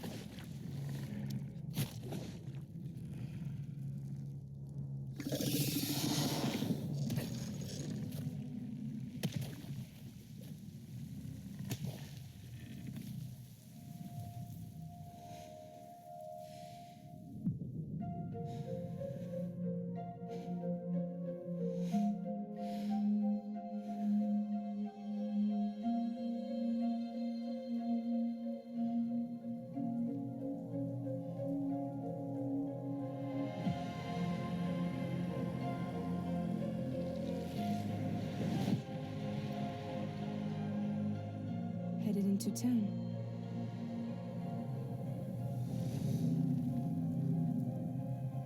Watch yourself. Those things never stay gone for long. The timefall fast forwards whatever it touches, but it can't wash everything away. The past just won't let go. I'll see you around. Sam Porter Bridges. Sam, what's your status? Chiralium density is still increasing. My status is fucked. There's tons of them. Can you sit out the rain? No, they're closing in on my position. I have to move before they realize I'm in here.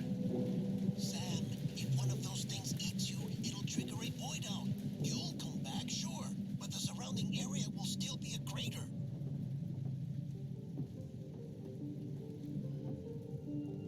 I got an idea.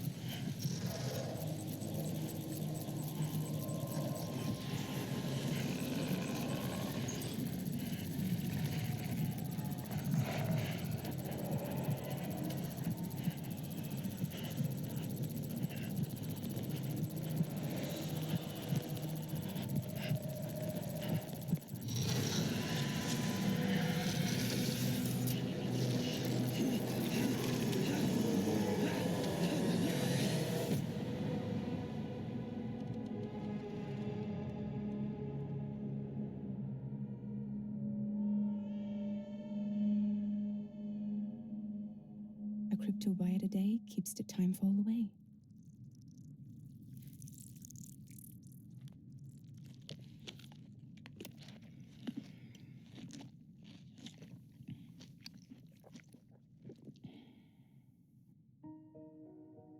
You're too late.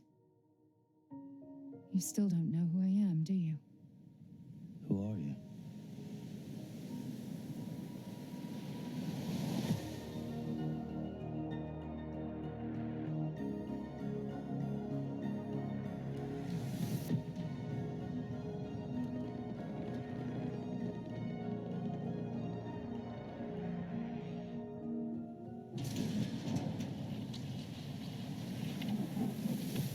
PlayStation.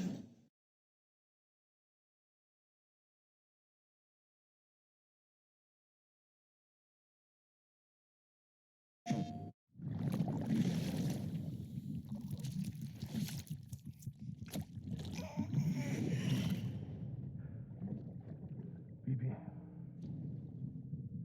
don't worry. It's okay.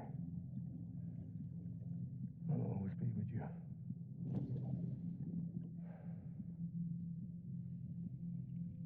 See the sunset, the day is ending.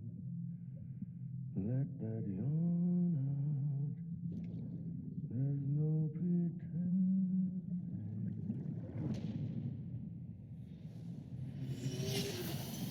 Together, you can help us reconnect. You can make America whole. No, America's finished.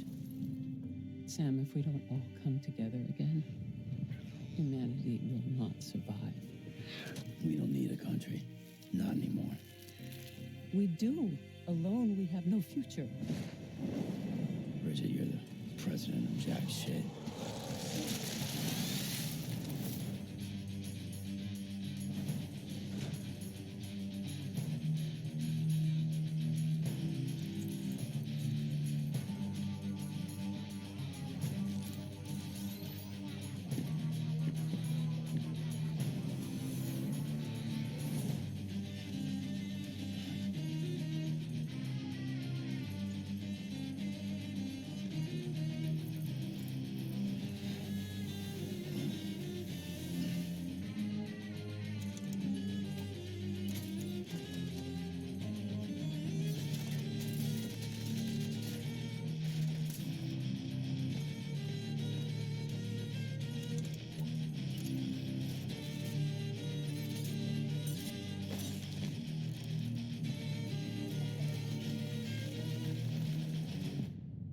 It's all to safeguard the continued independence of Edgenut City. They want the UCA to leave him be. Who are these assholes again? Homo Demons. Militant separatist group. I've heard of them. A bunch of terrorists who go around towns killing people and leaving craters. Right. Nothing's off limits for them. Not even engineering void outs. They're extremists like the demons everywhere. Plotting in the shadows.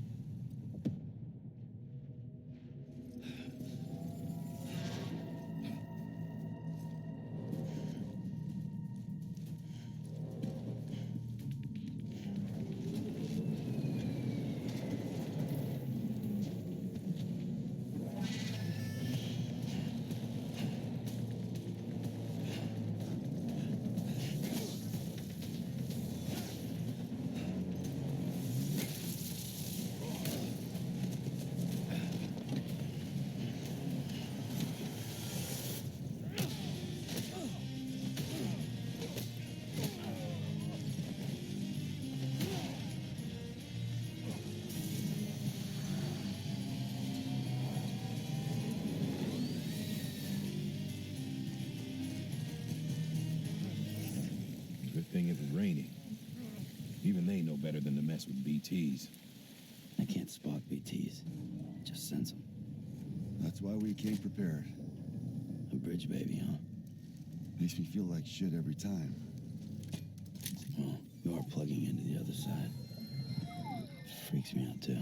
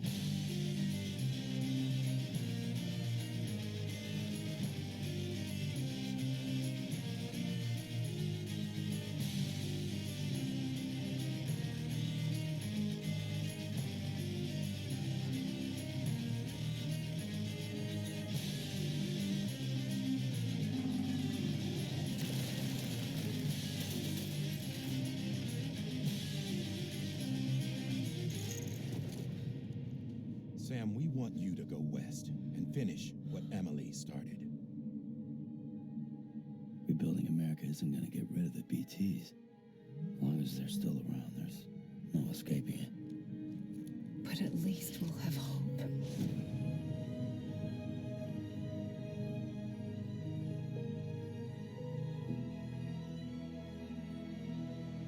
You see, I've come to understand the truth of the Death Stranding. Oh, it's so hard to form connections when you can't shake hands. Fortunately, I've got a good connection to the other side.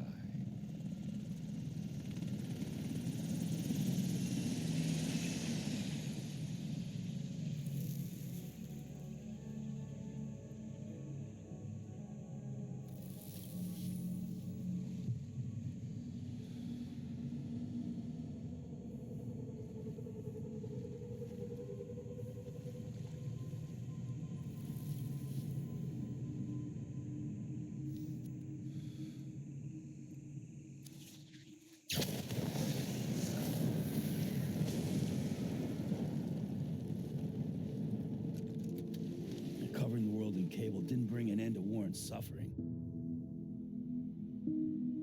Don't act surprised when it all comes apart if you try to do it again.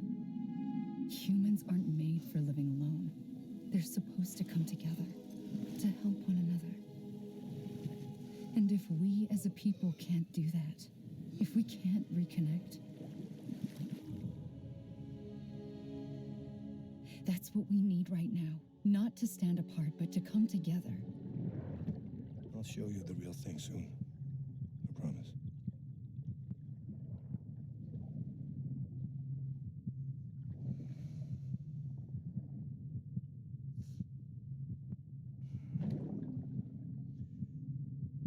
The whole wide world will be yours to explore. You'll be able to go wherever you want. Even the moon.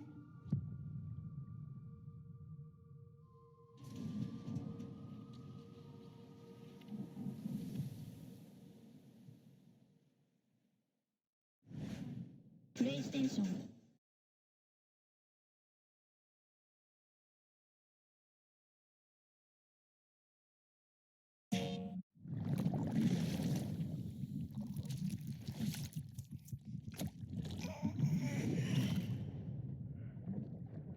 BB、心配はいらない。大丈夫だ。私はいつもつながっている。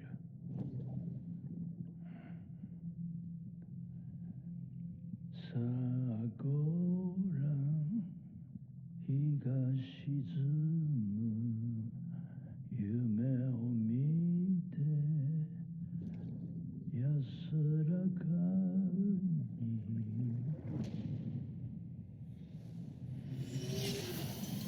もう一度つながらなければアメリカを再建するの。アメリカの時代は終わった。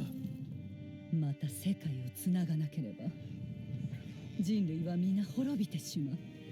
アメリカなんてもう誰も必要としてない。いいえ、孤立した人類に未来はないわ。それにブリジット、あんたはもう大統領じゃない。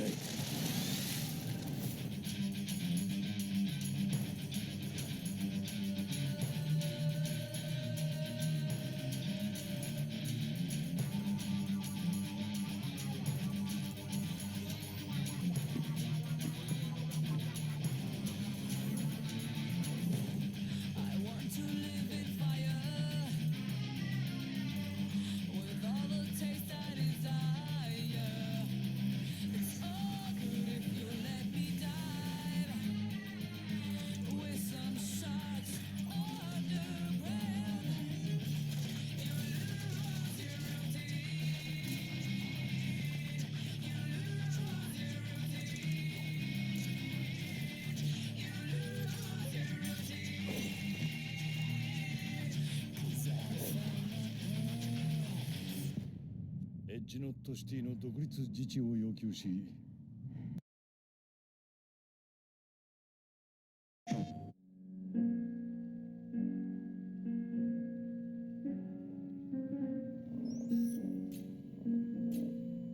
Administering shock.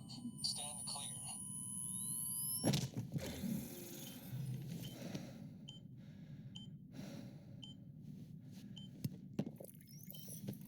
No luck. Visit 218,550. Oh, sorry. Where were we? I may be used to the 21-minute cycle, but for a first-time face-to-face meeting, there's just too much to cover in one go-around. Can't be easy living like this. Yes. And no. Now that I'm acclimated to it, it isn't especially onerous. Defecation, pollution, nutrition. Most of life's basic functions fit rather easily into a 21-minute time slot. Sleep is the tricky one, and intercourse, I suppose, verbal or physical.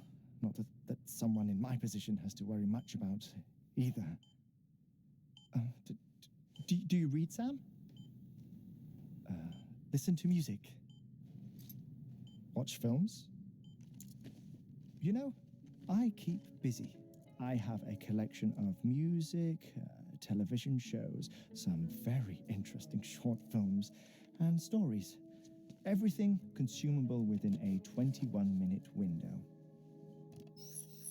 All from before the Death Stranding, of course. But honestly, the 21 minutes I spend here, all downtime, nothing more. Time spent waiting to go back to the Satch. My body may be present, but my soul is on the beach. I'm already dead.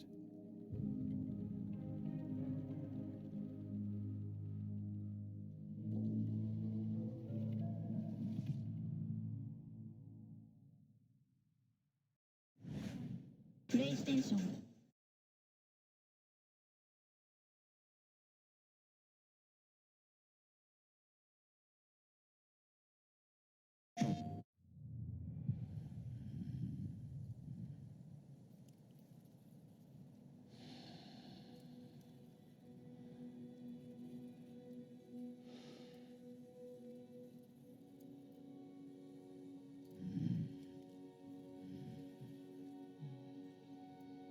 Just a little longer.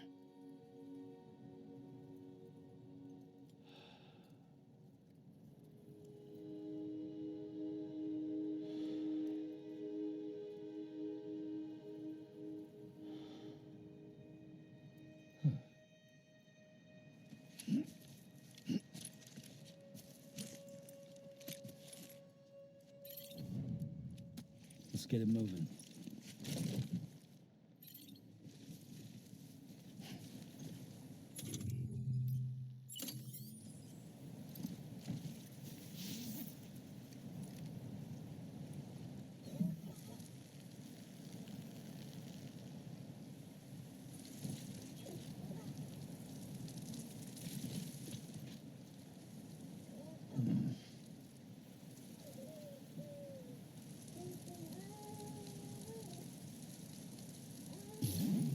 Nothing in the tank.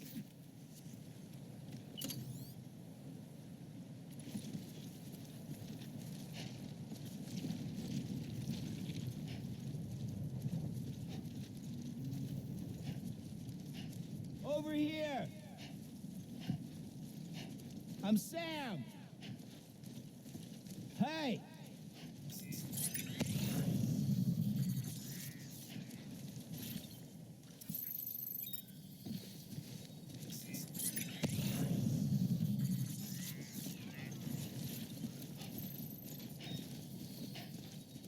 Anyone? Anybody hear me?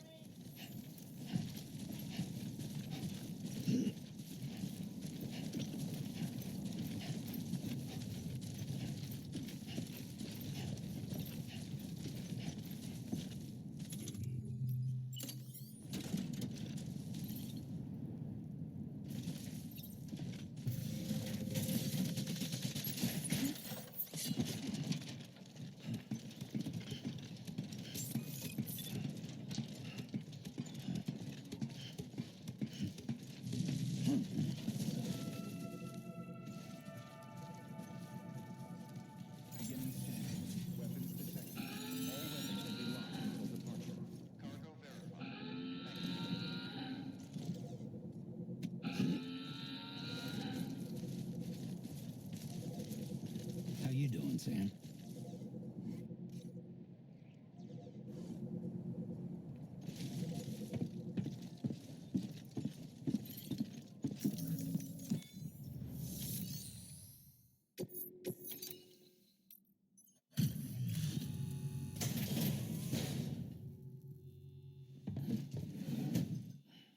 Delivering cargo. You the delivery dude? Oh, that's a relief. I've just about given up on you. Good job, man. Good job. Not that I'm surprised. I mean, you're you, right? About time I hopped in the whole chiral network bandwagon, am I right? Join the UCA and all that. You can help me do that, yeah?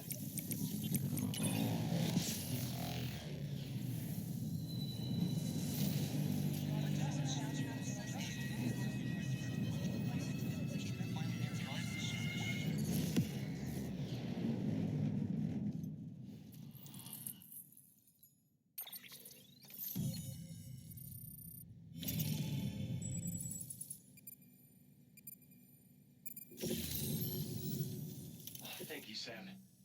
Hey, take care out there. Hate for this to be the last time we meet, you know? So, I'm gonna need a moment to look over what you brought me. But I'll hit you back via mail after. Promise. Hey, I'm hoping maybe you can help me out again. Don't want to be weird, but I feel you and I might have like a connection or something. Good work. New order available. Please access delivery terminal for further information. Good job, man. Good job. Thank you. Kindly. Come back soon. Weapons restrictions lifted. Of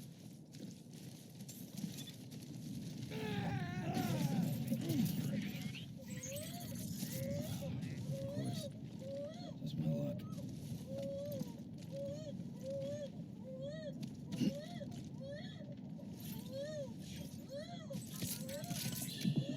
It's okay.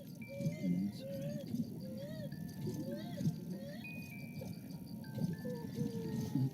Someone's happy.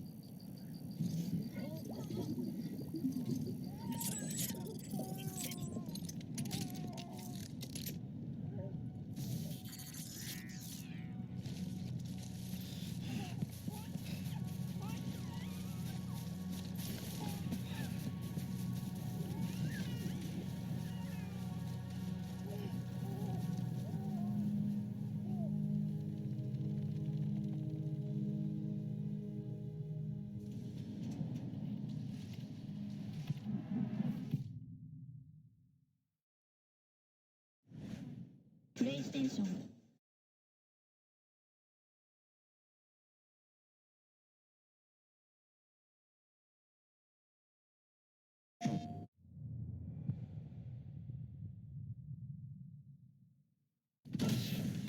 Dead man, you there? Little help? Okay, Sam. Remove the pod and connect it to that incubator.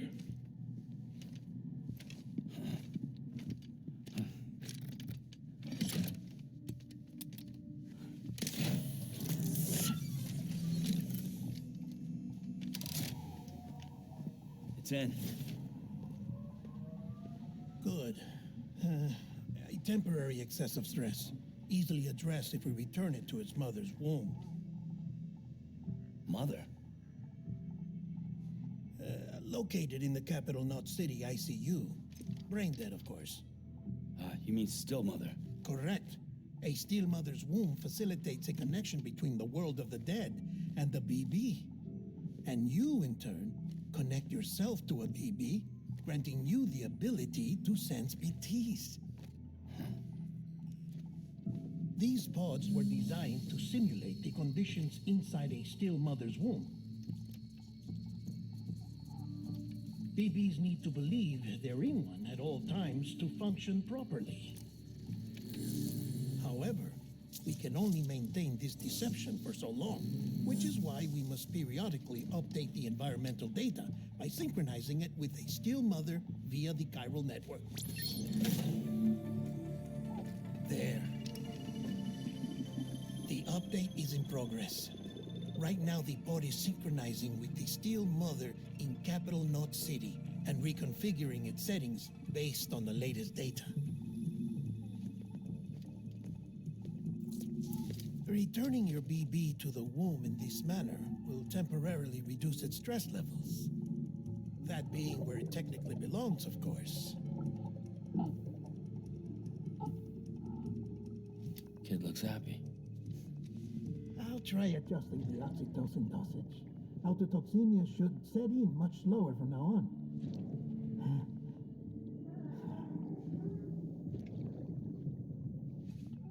You should remember that BBs are just equipment. Try not to get attached.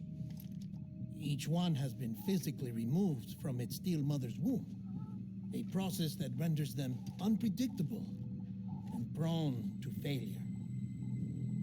No BB on record has remained in service for over a year. It may need to be retired before this expedition is over. And then? You saying there's no way to keep my BB alive? must understand, there is still a great deal we don't know about BBs. As we expand the chiral network and recover more past data, perhaps we'll find our answers.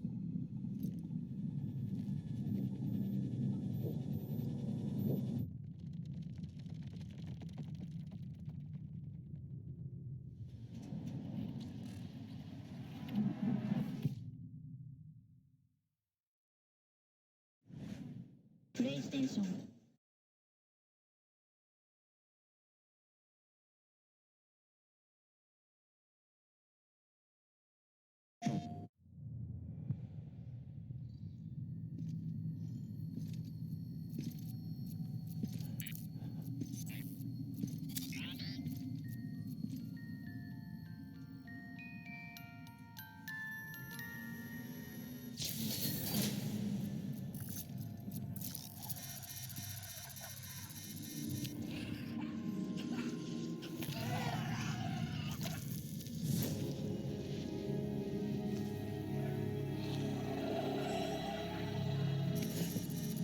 Don't worry, Sam. She doesn't fight. Glad you made it.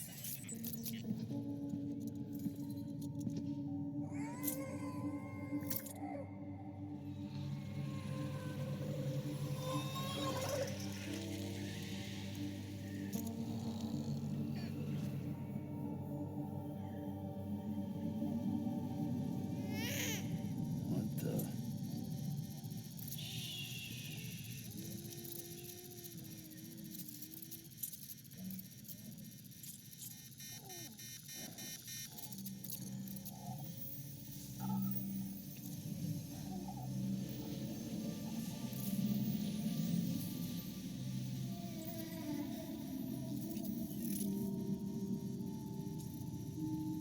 There, she's down.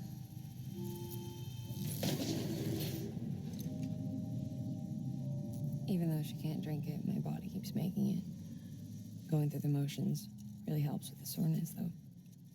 What is she? She's my daughter. And I'm her mama. It's okay. She's only connected to me. It's not like the other BTs. You can see it, right? You're hooked up.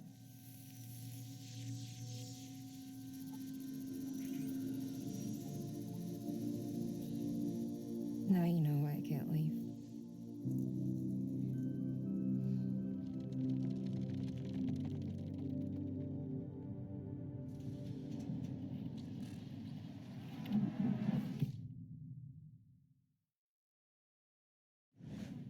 PlayStation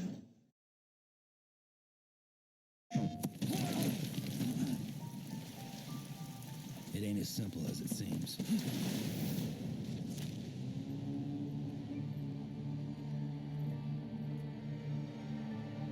They'll try and stop you every step of the way.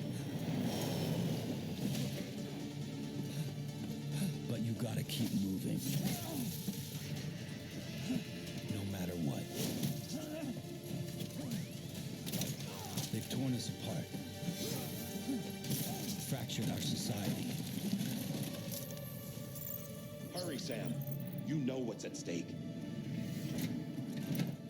And the only way to save it is in my hands. My name is Sam Porter Bridges.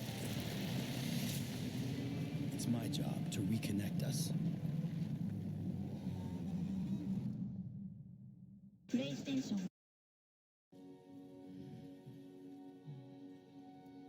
Just a little longer.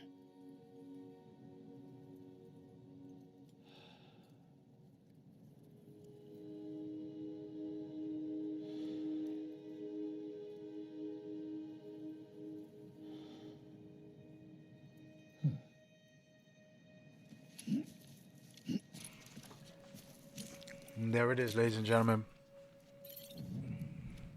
Let's get it moving. Quick look at a bunch of the trailers. A quick look at a bunch of different parts of the game. There's a funny part here where he uses the bathroom. Kojima said that you won't be able to see his private area. As as you try in this camera scene here. It's funny. But yeah, just a lot of little quirky things just to the gameplay that Kojima wanted to showcase for everybody. I love it. It's fun.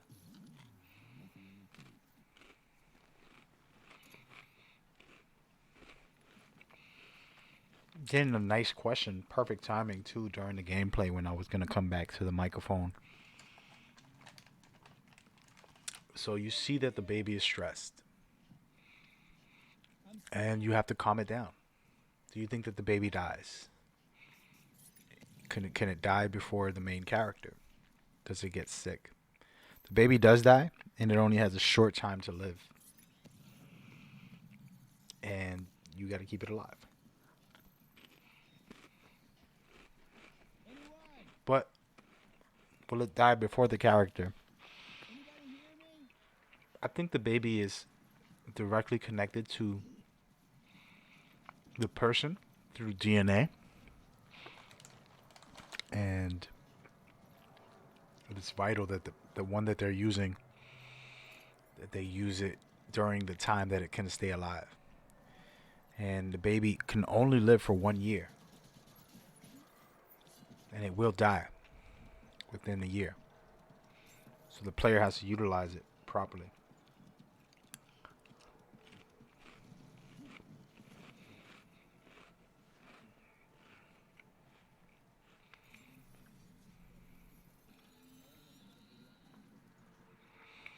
You said you just realized that BTs are helpful? Yeah, the baby's a BT, basically. Connected to both sides. And as far as helpful, others for sure. Like I said earlier, there's no antagonist in this game, in my belief. There's good and bad guys, but anything in war is definitely bad. It's not good. And you have to respect it. And in the long run, things will be revealed on what is or what isn't. So 100% sure BTs will be helpful in this game.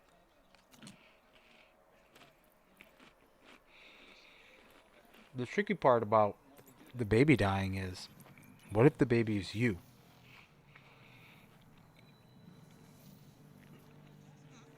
You're in different realms together. What if? And the reason you can connect to the baby is because it is your same bloodline. But that isn't revealed to the end. Those are the questions you got to ask yourself.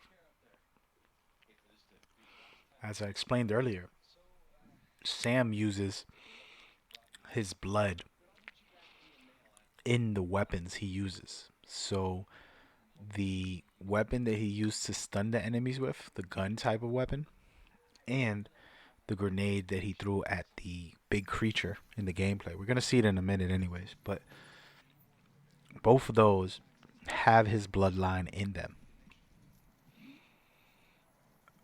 And thank you to whoever's watching in Japan, speaking Japanese. I do not understand Japanese. If you can speak English, you would help me understand.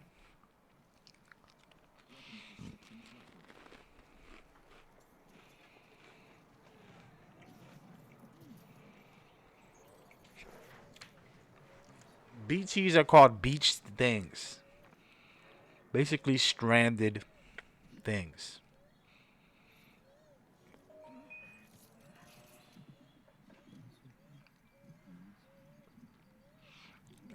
They're very, very important to this game. As you can see here, he's trying to keep the baby comfort and take care of the baby. But beach things are called many different things. That's just one name for them. But the bigger name behind it and the bigger purpose is a little more complicated. You have to get into the lore of the game on why these supernatural events happen to the Earth. You know, why are these creatures on Earth and what are they trying to do? What is their goal?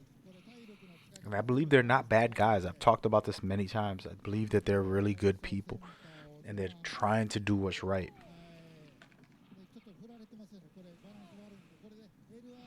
And it's complicated. Imagine being a beached thing, aka someone stranded in a different realm, and you don't know how to get out, and you're trying to figure it out. And maybe you destroy the whole world by trying to figure out how to get back to your world, or how to get back to normal. These are difficult things to answer, and the question is perfect because we get to play and figure out what's the real meaning behind these guys and what they're really going through. You know, they look like creatures and evil things, but really they're probably not.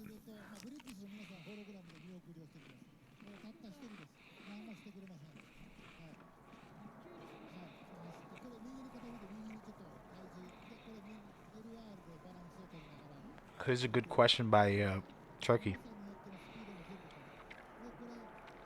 Do you think you can find someone else's past baby, as in another player's? If you do, or can you find them, connect to them to see what achievements they conquered? Wow. That's a pretty dope idea. But as we know with the babies, I can actually show you a trailer that's going to explain to you about the babies a little bit.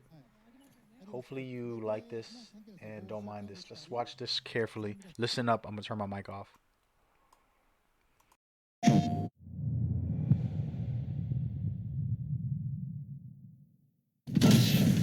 Dead man, you there? Little help? Okay, Sam. Remove the pod and connect it to that incubator.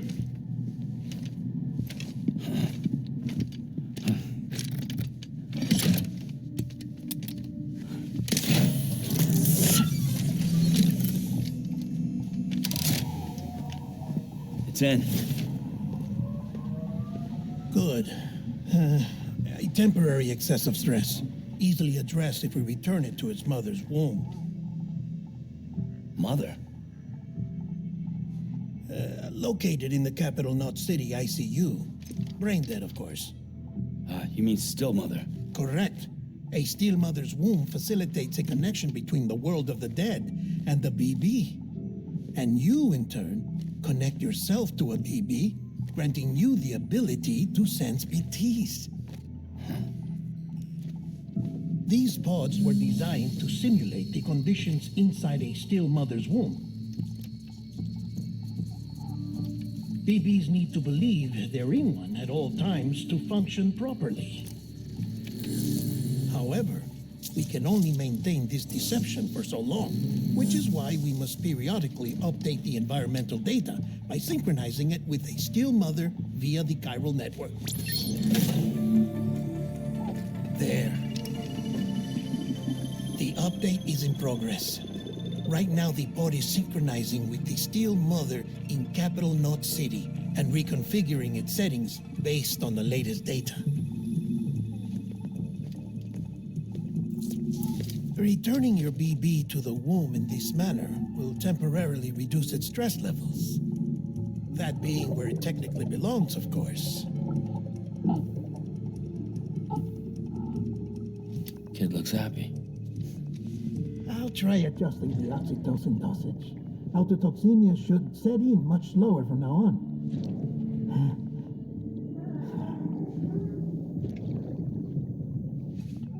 You should remember that BBs are just equipment. Try not to get attached.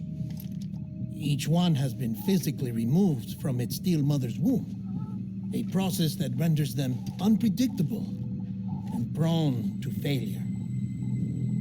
No BB on record has remained in service for over a year. It may need to be retired before this expedition is over.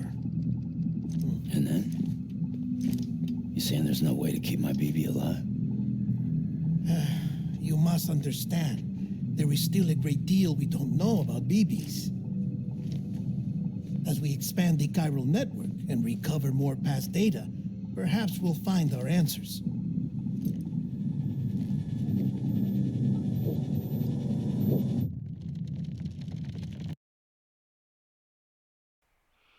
All right, so we're gonna rewatch this, and I'm gonna break it down just real quickly because those are some good questions you have, and anything is possible by the end of the trailer, as we see. But here, explained to Sam is that this baby is from a still mother, meaning the baby is from the other side. It can connect to both this world and the other world that is disturbing Earth, and that's why Sam connects to it to be able to see the creatures from the other side. But as the dead man, aka the Del Toro with the black tie there, explains that they have to connect the baby into this device. This device is connected to the mother in another place, and what happens is the baby feels like it's in its mother's womb. It has its blood. It has everything it needs to go back to normal. The more you use it, the more the baby can become unstable and it can crash and burn. So this baby is not human. It's not from the other side. It's a little bit of both. So what happens here is you bring it back, you reconnect it, you get it back to 100% health, and you take it with you. But the effects and cause of the way the baby works is deeper than we know. So they were talking about, does it last over a year? Why can't I keep it alive? And Del Toro, aka Dead Man, says no one's ever got it past a year, and there's a lot that they don't know about it. So the mystery is there still on how this all works. And in my belief, the system has a DNA connection. A lot of the weapons are connected to Sam's actual blood. He uses his blood to affect the enemies. And I think the baby also is connected to him, related to him in some way. But that's a different conversation. But back to the core of what the question had to do with, connecting to other players' babies. We're all having the same baby pretty much. So the baby is very meaningful and very purposeful, as you could tell. It's a big part of the story, and it's so important. So I don't think that they'll be able to just give away a baby and not have one. You're going to always have to have one. There'll be scenes where you don't have the baby, sure. But to truly survive and to thrive in this universe, you need to connect to that baby as you go forward. So it'll be interesting what'll happen, how it'll all play out. But this is a big, big, important factor to the game. And we're going to watch a trailer right after this that's connected to the baby. And why it is all very, very, very crazy and odd. So pay close attention to this next one. It has nothing to do with the topic we're talking about, but it has to do with the babies and the universe and the dead and the alive and all of the effects on how things work. Should be very interesting because this reveals how these babies function and why they're here in a way.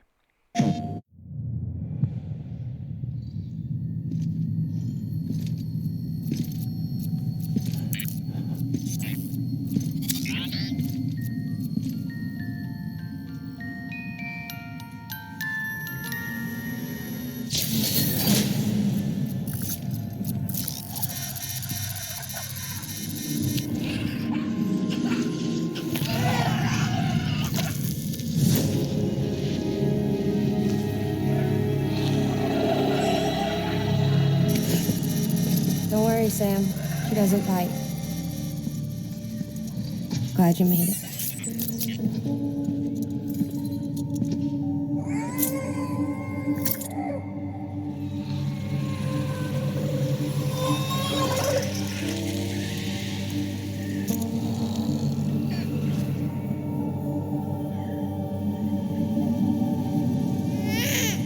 What the?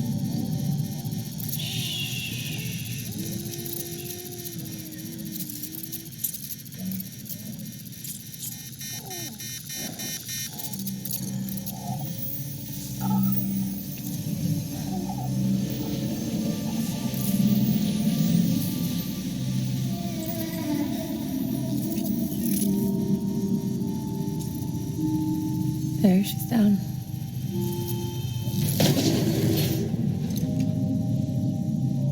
Even though she can't drink it, my body keeps making it. Going through the motions really helps with the soreness, though. What is she? She's my daughter. And I'm her mama. It's okay. She's only connected to me. It's not like the other BTs. You can see it, right? You're hooked up.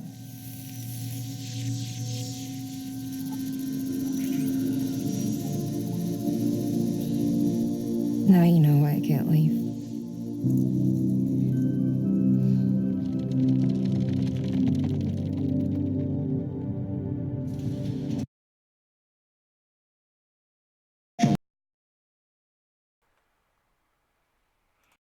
All right, so we're getting a look into the universe, right?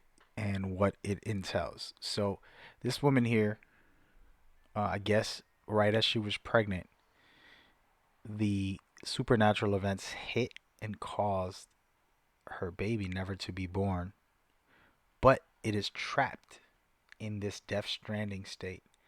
As you could see it here in the video, it's like, what the hell? And it's kind of creepy, right?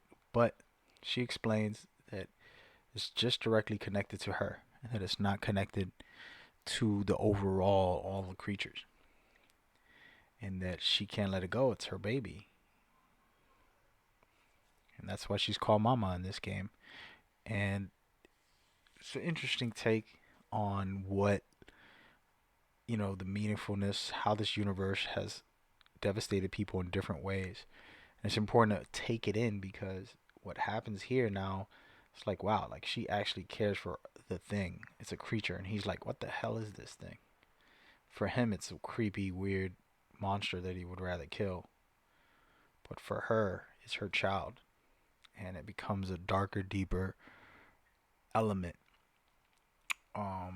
to bring it to a new place for the game, right? So now it's like, wow, like people actually care about these things, and why is it important?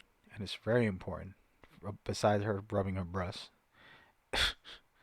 it's very important, and it's teaching us that how it affected this world and how people are still connected to that side, even though it might look like the enemies and the worst thing in the world. In reality, there's a lot more to this game when it comes to those things.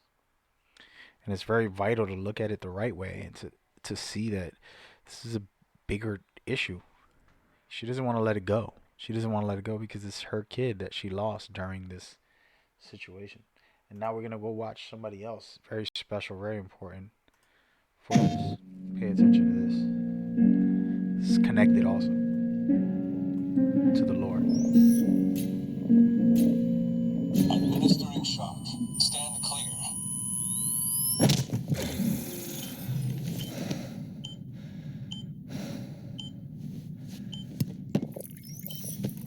No luck.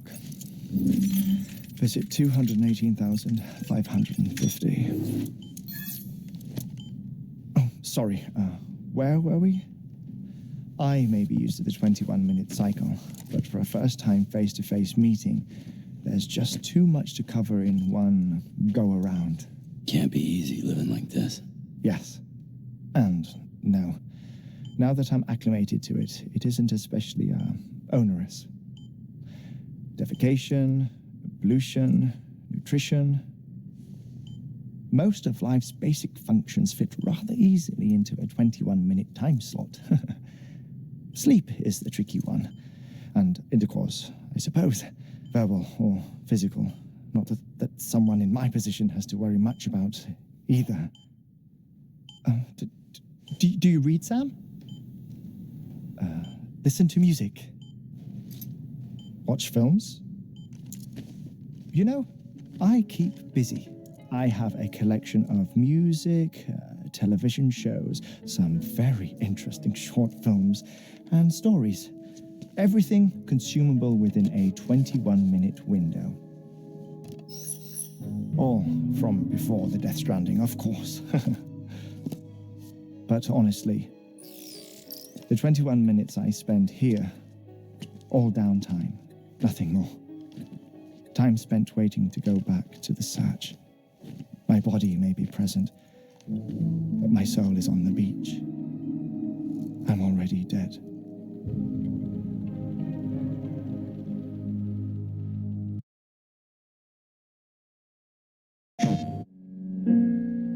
All right, so this guy's a madman, as you could tell. His name is not Madman. His name is Heart, but Heartman, close enough. So every 21 minutes, this gentleman dies, and he goes into the other realm. He goes into Death Stranding. He's trying to find his family. He's trying to rescue them from this Death Stranding. And the time on Earth, the 21 minutes on Earth, don't mean nothing to him. He explains how it's just for him to eat and shower. But the time when he's away, dead, he spends trying to get back to his family. This is when he's alive. And this is the universe that they're living in this very devastating universe where you've seen the mama girl where her baby is stuck on the Death Stranding and she won't let it go. You see him trying to find his family. And there's other characters like Sam who uses the baby to connect to the other side. All of these elements are a part of the game. All of these elements showcase to you what is to come and what to expect from this game when it comes to this Death Stranding effect on our society. It's a very important one. Shout out to Turkey giving us some good questions here. He says, it seems to me these characters are stuck in Death Stranding, can be saved or freed somehow from their environment. What do you think? Well, you're Sam, and you're going to have tons of side missions, and you're going to have tons of different things. And for sure, you're going to be helping out all of these people as you go along in your journey. The goal is to be the hero, right? Everybody wants to be a hero. So the game will give us these important elements as we go forward. Let's check out this release trailer for a second while we discuss that. So you're going to have a lot to do. You're going to have a lot of people to deal with. One of my favorite guys, and the mystery behind him, he looks like a badass in a lot of scenes. But in this trailer, he's such a good guy. In the start of the trailer, he's singing to this baby right on this scene. I'm not going to show it, but he's singing to the baby. Only a caring, nurturing, or a madman, which you can see he has blood all over him. So did he just do surgery, or did he just mass murder somebody? These are the questions. And you gotta love the take on it, because one side is like he's a good guy, one side he's a bad guy. We don't know. But what we do know is that this earth is devastated. You're seeing Sam trying to escape the timefall hurricane that's right behind him. You're seeing the president of the United States connected to the BTs. You see the sandstorm right there? It's killing off everything it touches the moment it touches it. Then you see her, the president, who's dying, who's connected to these BTs through the strings that you saw in her deathbed, pretty much. It's a perfect example, and we're going to go back to that just so you guys can be clear of what you just saw.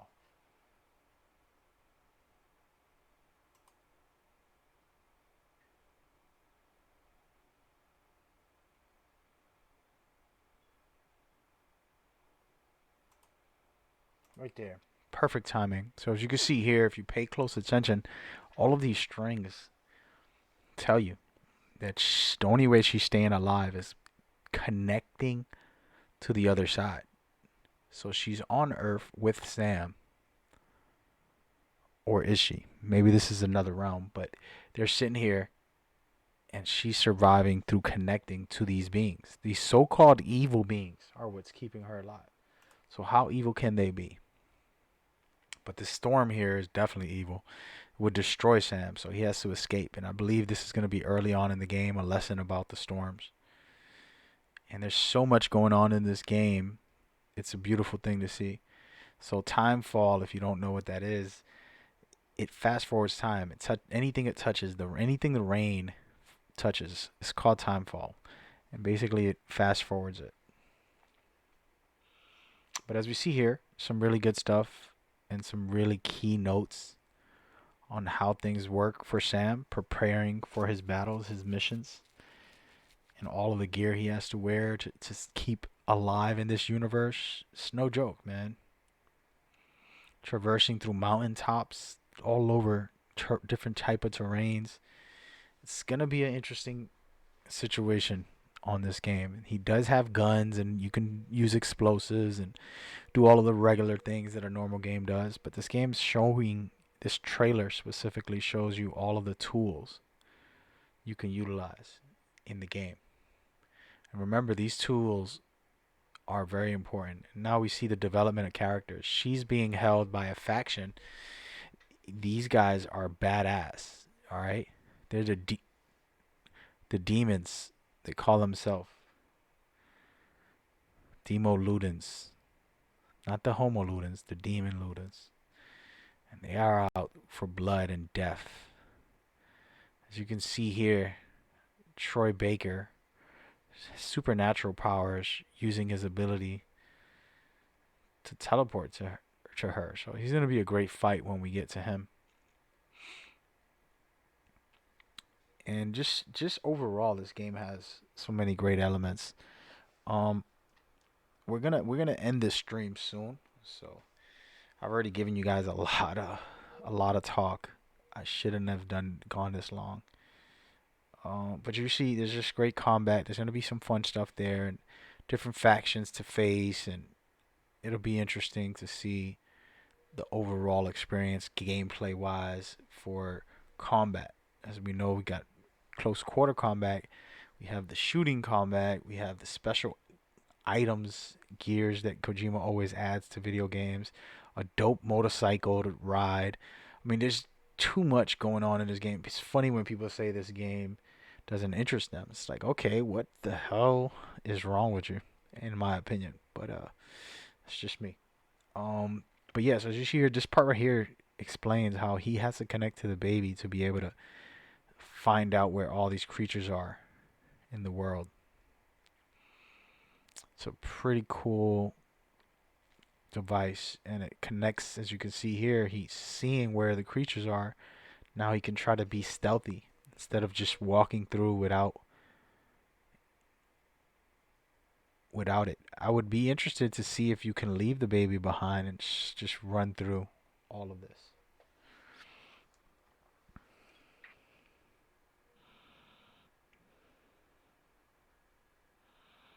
Anyway, last questions of the day. Please feel free to drop them. I've given you 3 hours of Death Stranding.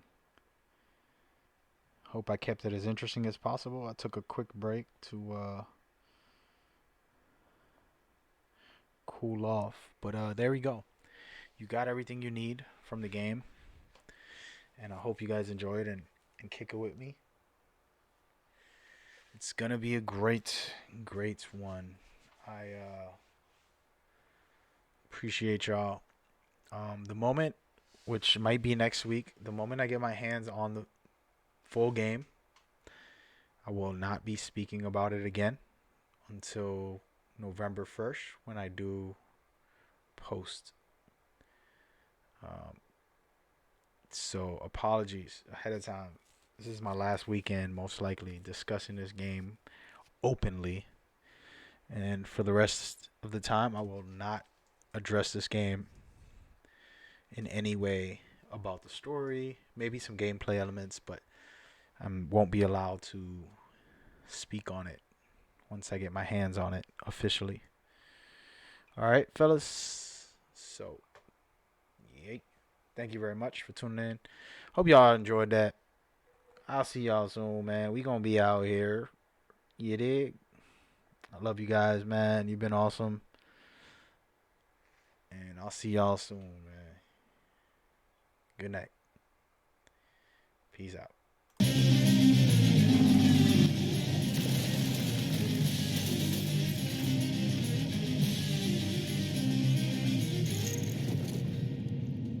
Sam, we want you to go west and finish what Emily started. Rebuilding America isn't gonna get rid of the BTs. As long as they're still around, there's no escaping it. But at least we'll have hope.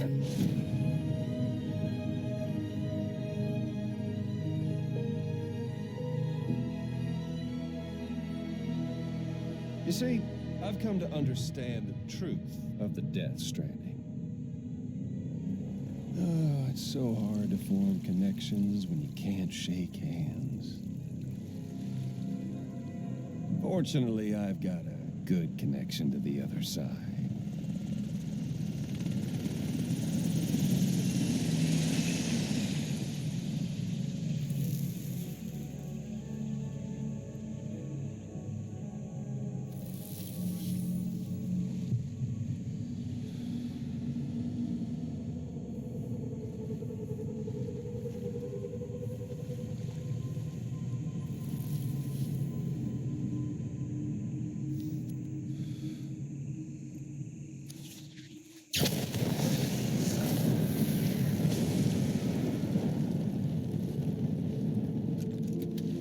Covering the world in cable didn't bring an end to war and suffering. Don't act surprised when it all comes apart if you try to do it again. Humans aren't made for living alone. They're supposed to come together to help one another. And if we as a people can't do that, if we can't reconnect, that's what we need right now. Not to stand apart, but to come together. I'll show you the real thing soon. I promise.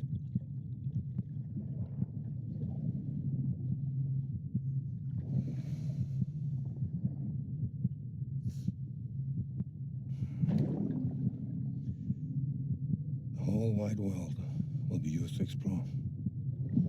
You'll be able to go wherever you want. Even the moon.